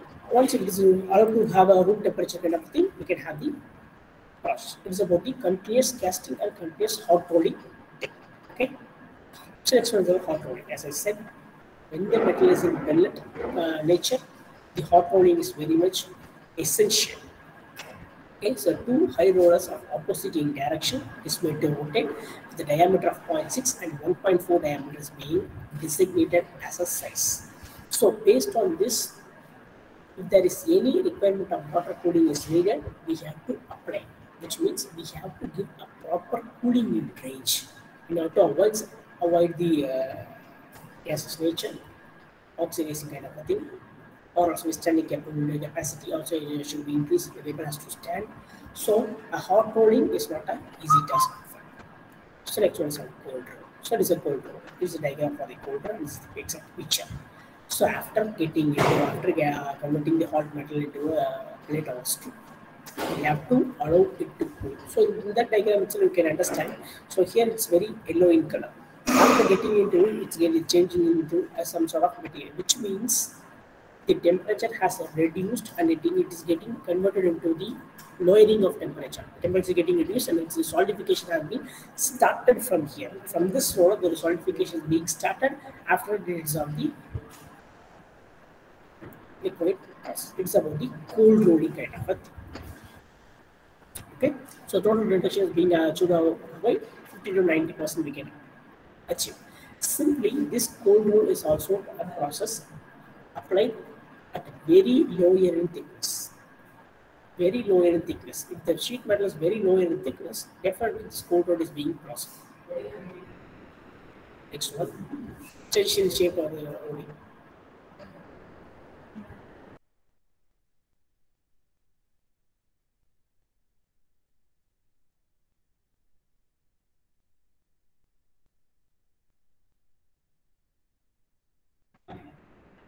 Yeah, it is the stages of loading of a section part. Okay, so I need to create a head section kind of a part. This is the head section kind of a part.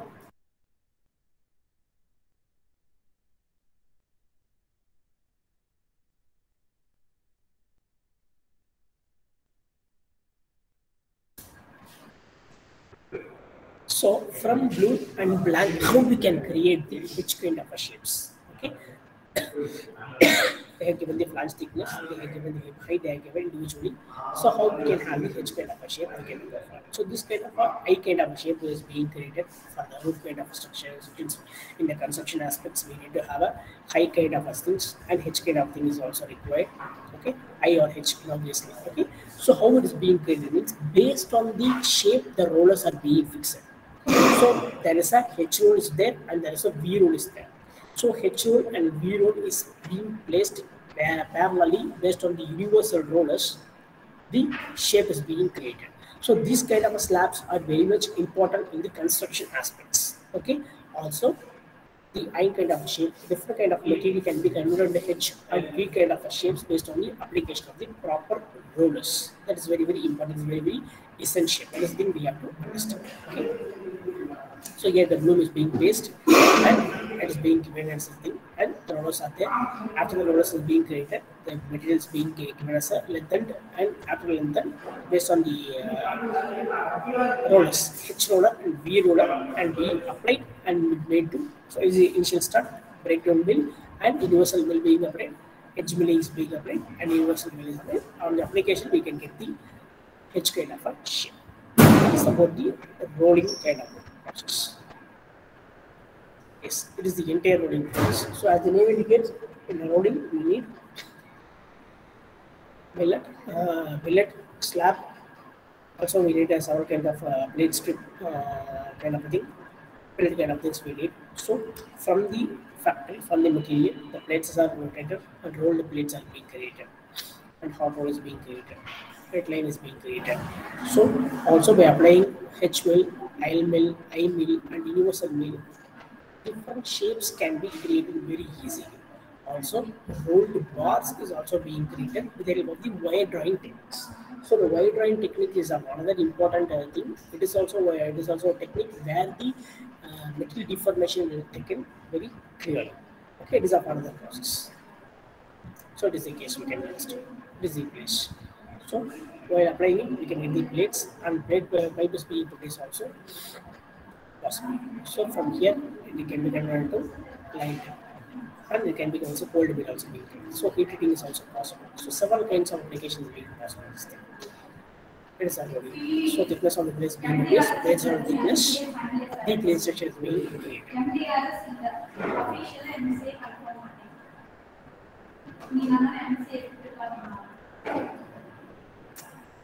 Yes, is the slab.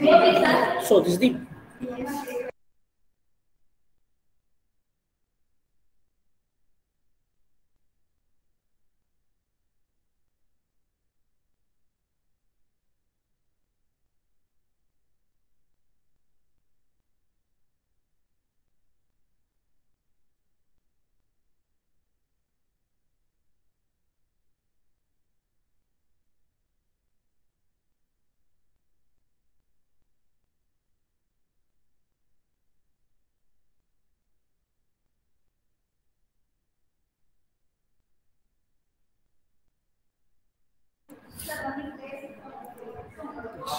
in the case of flat rolling process, it is the continuous slab is being created and it's made to roll.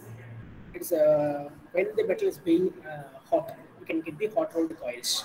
When the metal is at the room temperature, we need to go for high ranging dia reduction. That is very much important. Okay? So in that case,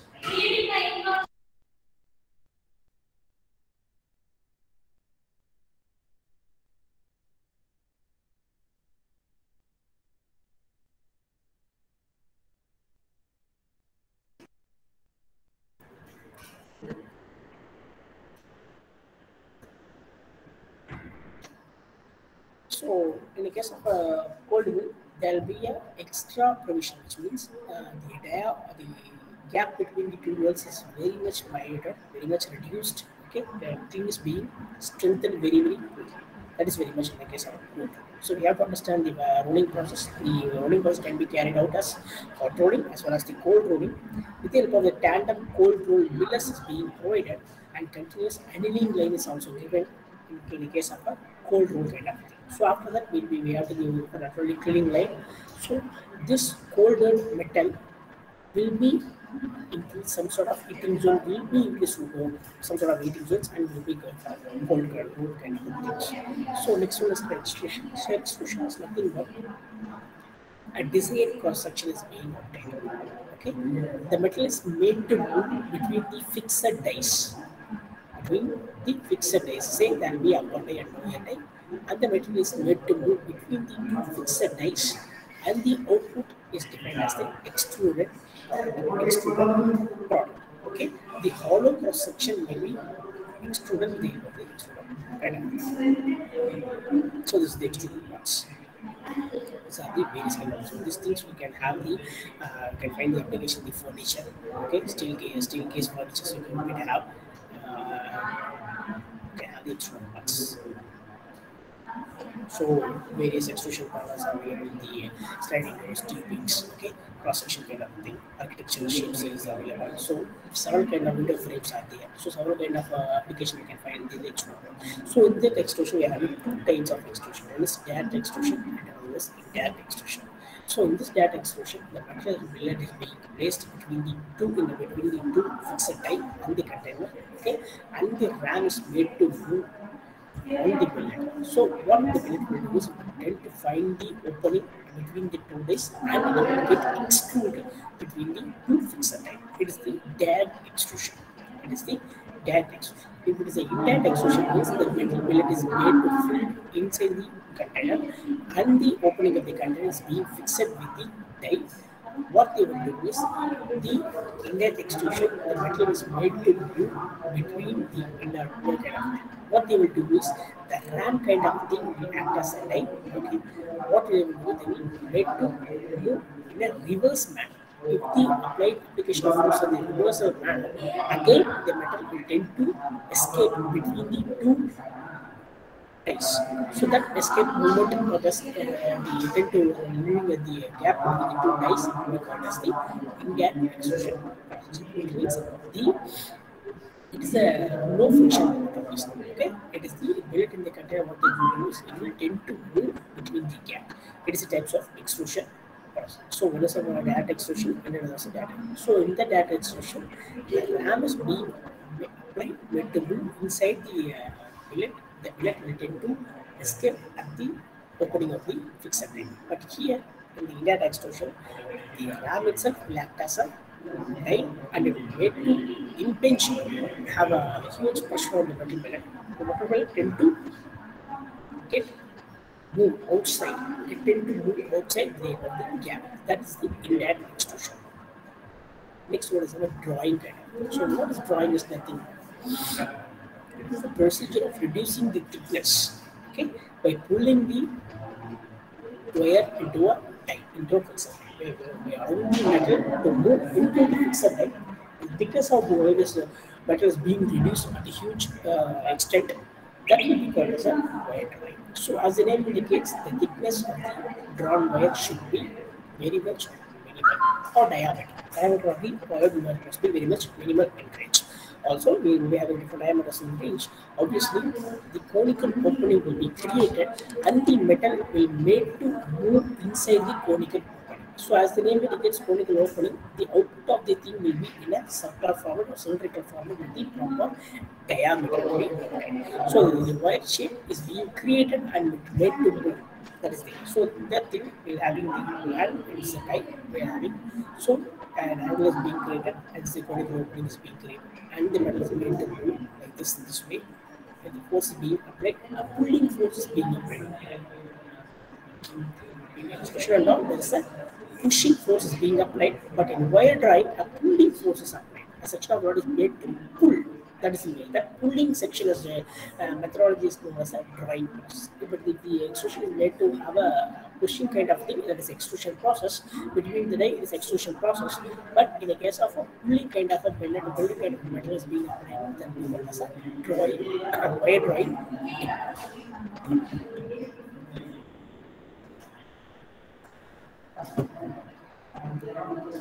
These are the various kinds of drawing tools they are having.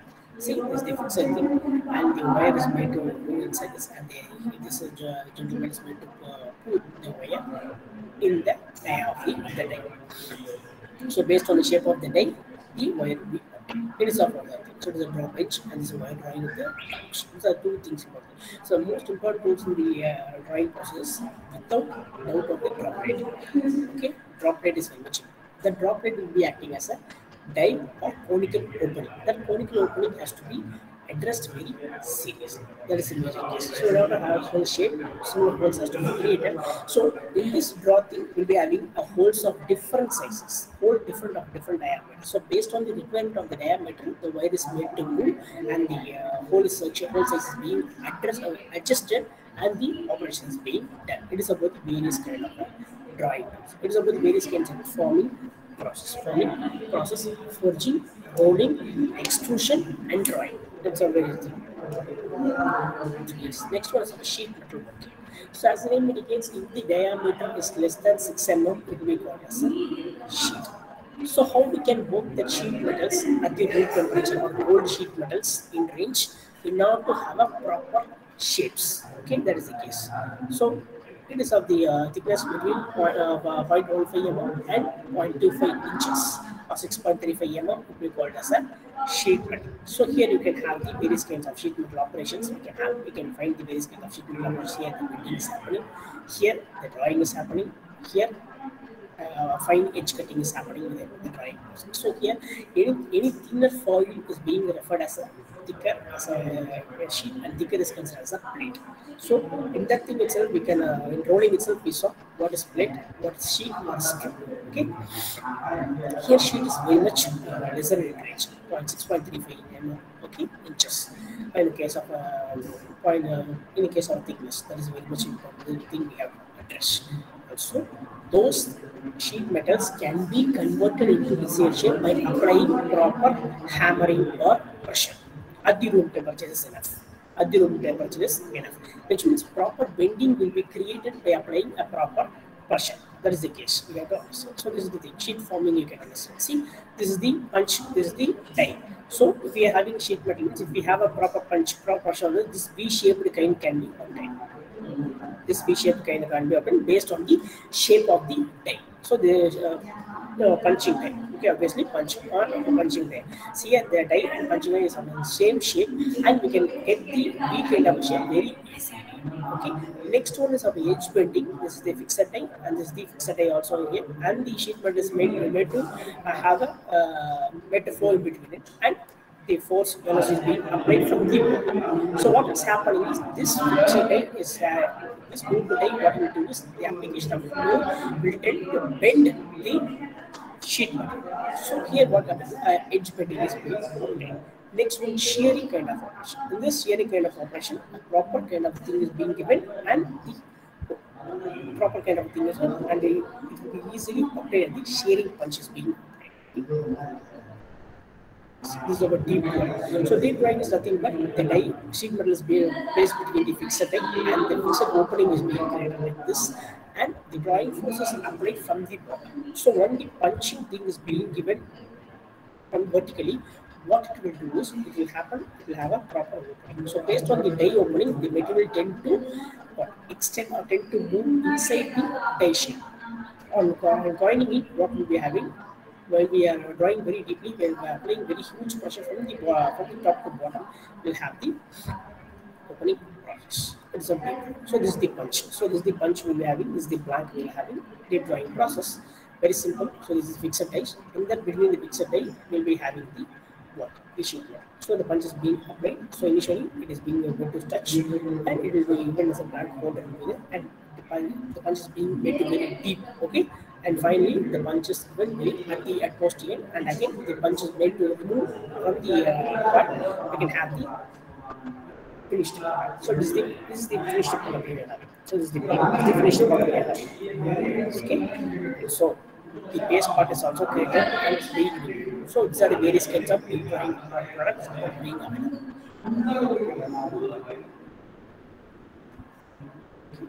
This is about the deep drawing process. Next one, blanking. So blanking is nothing but it is also a material removal process from the product. The blanked part is the required part, and the major part, the parent material will be acting as a scrap. Okay, so this blanking punch will be there. So based on the application of RAM, based on application of force on the material, the blanked part can be applied in the can be used as a instrument. So you can find the application in the computer application of computers, computer CPUs, and in that CPU we are having the punching and basic operations as well. So various kinds of things being done as a blanking. So the mass production of a punch, okay, and a stripper plate. That is the main thing. So this is a scrap. This will act as a scrap, and this will act as a what? Punched plate and the usable product. That is the case. So the die is being attached by means of a roster plate, and they attach the movable. That is the case. So this is the blanking punching example. So this is the sheet, and this is the that sheet. A punch is being given. This is the blank part. So this blank part is the useful part. This is the part we are going to apply at the required application. After that, this blank part again will be given as another punch of very smaller in diameter, and again that part will be act as a scrap. This will be called as a washer. This is the production of washer with the blanking and punching technique. So initially the sheet is being given a blank, so that blank part is being taken away. That blank part is again punched with the diameter of a very lower dia. That required lower dia is being created. That created hole will be called as a washer. This is the washer which we are using in our daily life. This is the blanking and punching example. This is the blanking and punching example. The sheet metal is being provided, and from the sheet metal, the blanker part and the puncher part, the washer is being created. It is about the blanking and punching. Next one, piercing. So, in a case of piercing, it is also formation of creation of removal of materials in a clustered format or in a designed format. Okay, so this CPU might find application in CPU. In the CPUs, if you have a thing which will have a holes of very near in range, holes are identical in nature. Everything is being created with the help of the piercing technique. Okay, so the punches, when they fix into the die, as well as the metal has been cut, according to the accurate alignment will be created. Accurate alignment will be created, which means all the pierced part is of a scraps. Everything is of a scrap. So the hole is being created with the pierced operation. What they will do is that pierced plate, pierced sheet can be applied into a different assembled product. Assembled product, that is the case. Okay, that's the pierced operation. So it is about the blanking, punching, and piercing operations.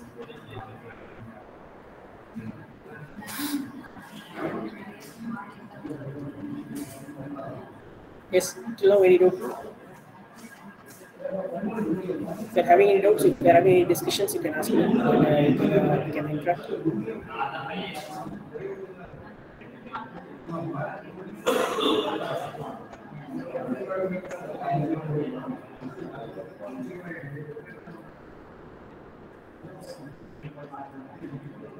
Sir, Prabhu sir?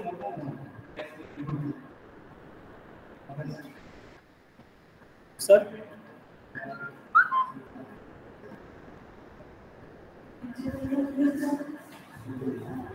Friends, any doubt? Any discussion? Any instructions? Or else we can get into another important topic. Metal joining process, opponent joining process called as welding.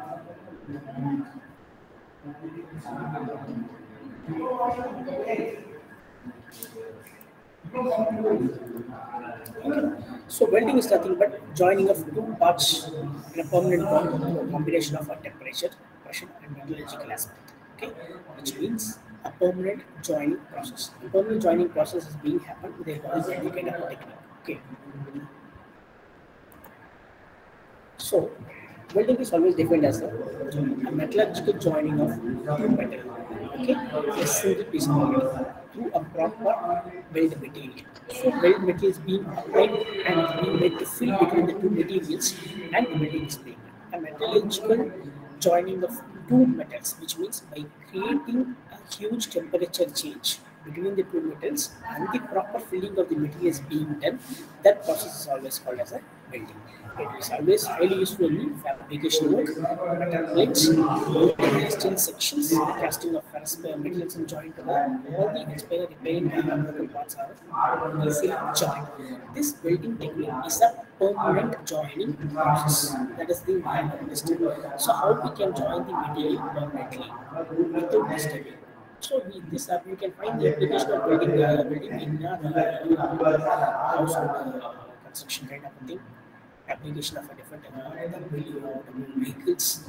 So this welding plays very important role since it is a permanent joining process. It is a metallurgical joining of two metal at high temperature.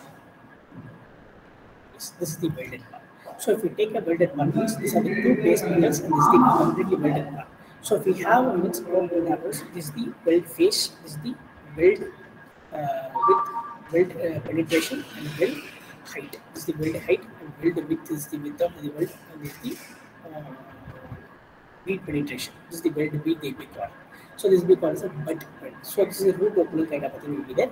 And in the case of fillet weld, we'll be having a fission zone is there and this is the weld material will be there. So this is the weld phase they be called. The weld phase there. So weld width of the weld, height of the weld and depth of the weld, thickness they be calling it. It is about the welded part. It is of the butt weld and weld. So next one, various kinds of joints available in range. So we are having straight joint, V joint, double V joint, single bevel joint, double bevel joint, double J joint, single J joint, double U joint, and single U joint. So these things can be welded very easily, which means the metal can be deposited very easily.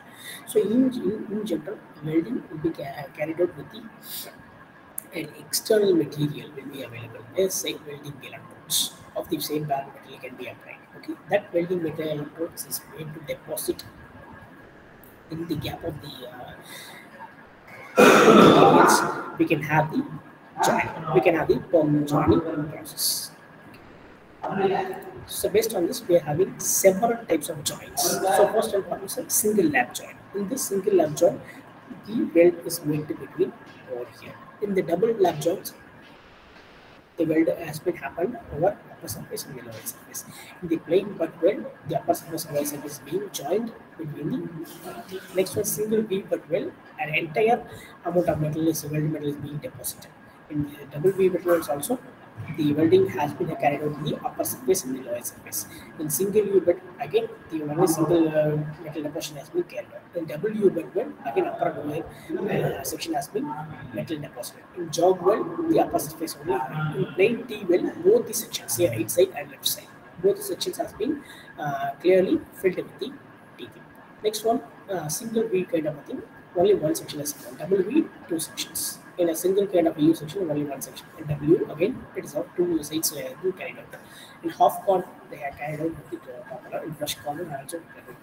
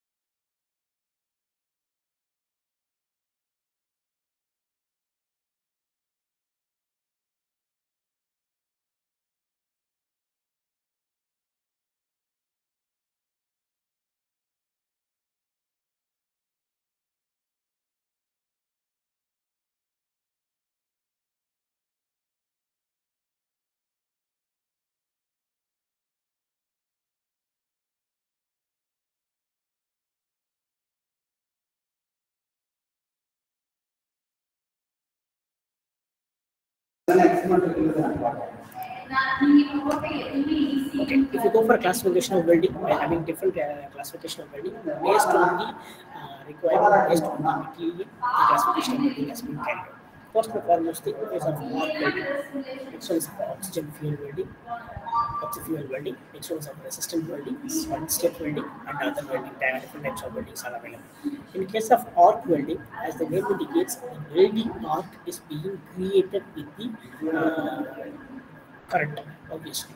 Okay, with the help of the current, a welding arc is being created between the parent surface, parent metal, and the electrode, and the metal electrode is being deposited with the help of the thing. So here we are having consumable electrode and non-consumable, two kind of things. If you go for consumable electrode, means in that thing we are having the gas tungsten welding, plasma welding, carbon stud. Next one, in case of consumable kind of thing, shield metal, gas metal, flux coated, submerged arc welding, electroslag welding, ultra gas welding. So different types of welding process are there based on the arc welding technique. Based on the arc welding technique. So in the case of oxy-fuel welding, we are having oxyacetylene and oxyhydrogen. So in the case of inert gases can be incorporated. In the case of the flame is being created with the help of the oxygen kind, oxy-fuel kind of thing. Those flames will have to tend to have a proper welding kind of a technique. Next one, resistance welding. In that resistance welding, heat is being generated and the joining process being carried out. Next one, a solid state welding. In that solid state welding, we are having forge, cold. So these things are applied without the fire is being, current is being applied, and the huge temperature, huge pressure is being applied.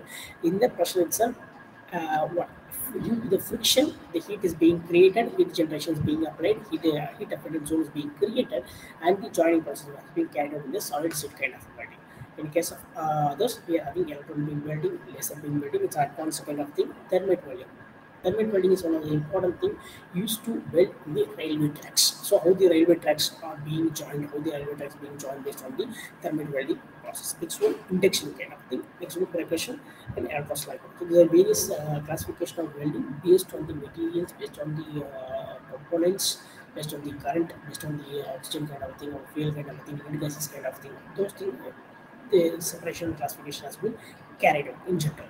Next one, if you go for a flame kind of a thing in a oxyacetylene gas welding, we're having three types of flame. One is neutral flame, oxidizing flame, and carbonizing flame. In neutral flame,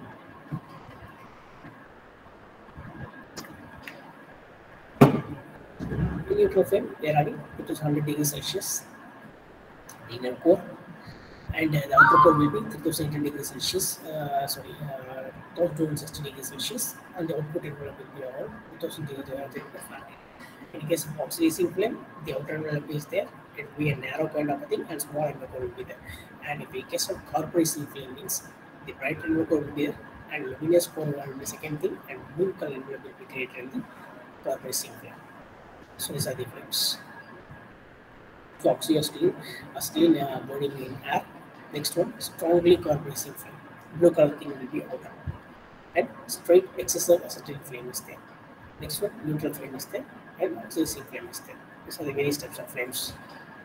Yes, welding kind of technique. Okay. So next one, soldering and brazing. So this is also a joining process, one of the joining process. So these things you can find the application in the electronic appliances in our home.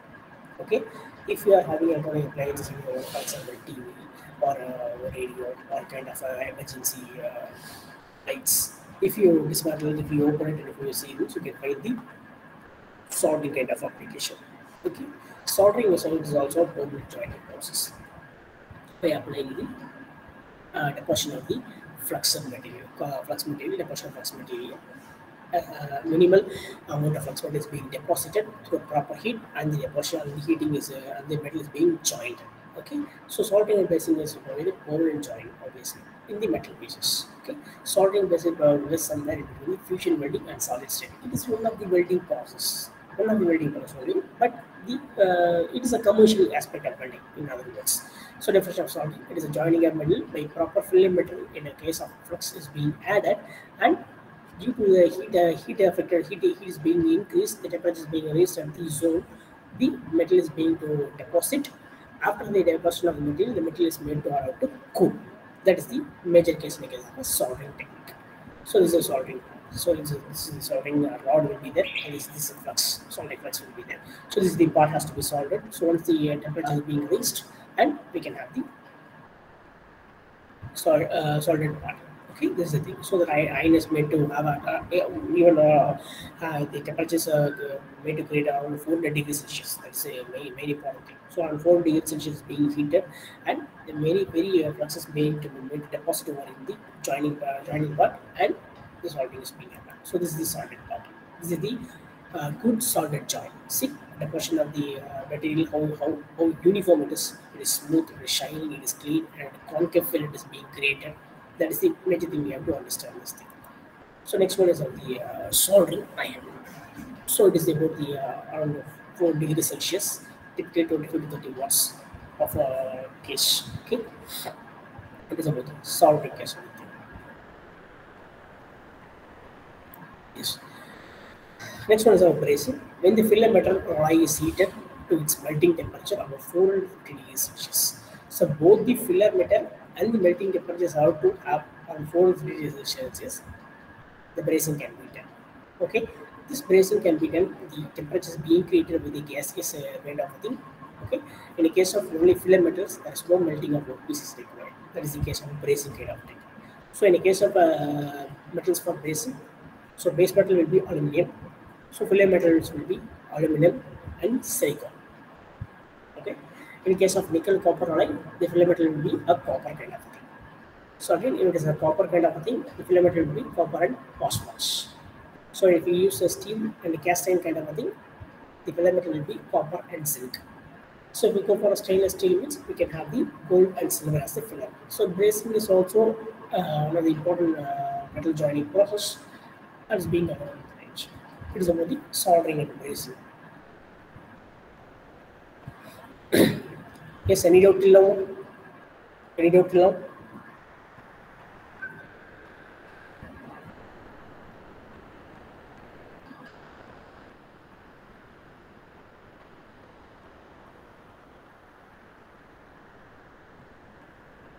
We are having any discussions, we can have a discussion over here. We are having any doubts, we can have a discussion.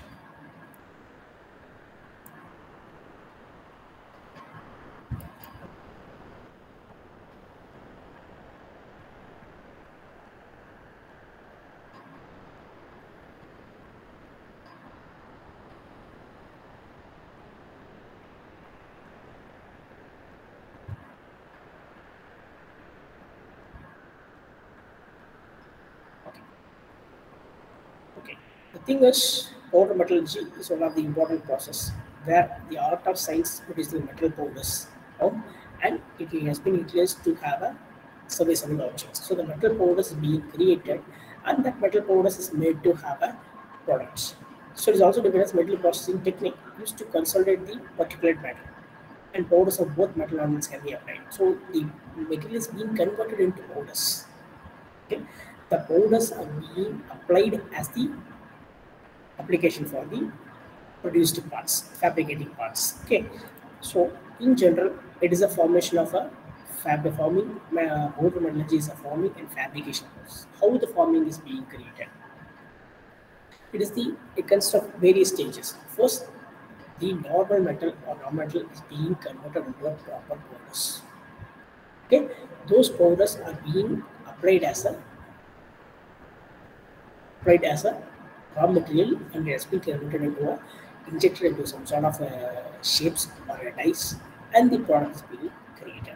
So the first and primary metal is physically powdered, okay, and divided into individual small particles being created. So why means the small meshing is very much important. So the particles are being converted to a powdered kind of a thing, and the powder is made to pass through the mold, and it need to have a cohesive structures being created. Okay, so that is the major thing. A pattern or mold is being created with the powder. Okay, and finally, the end part is being applied at the high pressure, high temperatures, and long setting duration, safe welding levels. That's the major case in the case of the powder metallurgy. So this is the process. So first and foremost thing is powder production. So we can have various methods, conversion of solid particles, a huge kind of rods as being converted into powder particles. Okay, and the powder particles is being given catalyzation and testing is done. And once the powder is being created and is made ready for the mixing and blending is required. So special additives will be applied. Various kinds of things will be gone for. So mixing blending kind of thing will be. Next one, compaction. Compaction is the thing that by applying strong force or huge pressure and temperature, the powder particles again converted into a solid particle. Okay, that is very much important. That solid part is nothing but the shape, exact shape. In that exact shape, again the casting can be carried out. Once the casting can be carried out in the section means again we can go for the finishing of the products, and the bonus are being removed and the metal is being done. Also, the compacted part itself will act as a new kind of a production. New kind of a production. It is about the powder metallurgy kind of a thing. Okay. So, what is the process? So, this is the entire process for powder metallurgy. This is the entire process for powder. So, how it is being the metal powders? So, the metal powders are being created with the atomization, reduction, okay, adroit deposition. Various types of methods are there to have a proper metal powder conversion. Okay, and with that metal powder conversion, what they will do is they will go for certain additives. Okay, while adding certain additives, the metal powders and additives being blended. Okay, and finally, the blending operation, blended material is being given the hot compaction and cold compaction. So hot compaction is being given the, we can go for rolling, extrusion, injection molding, any kind of operation we can go for. It's a hot compaction. If it is a cold compaction, we can go for the isostatic processing, basic application of pressure. Okay, and finally, the hot compaction is again fed into the, if it is a hot compaction method, again fed into the sintering operation. So sintering operations are made atmospheric vacuum we have to enhance.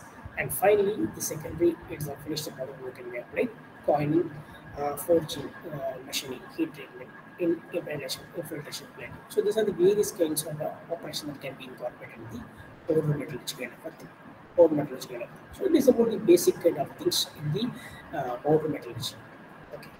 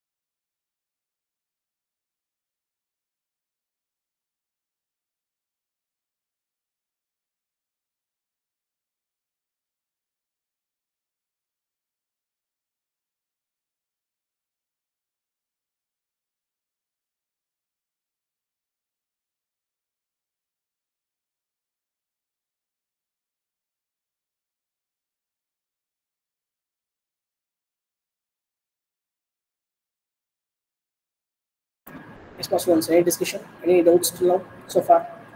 The completed topics.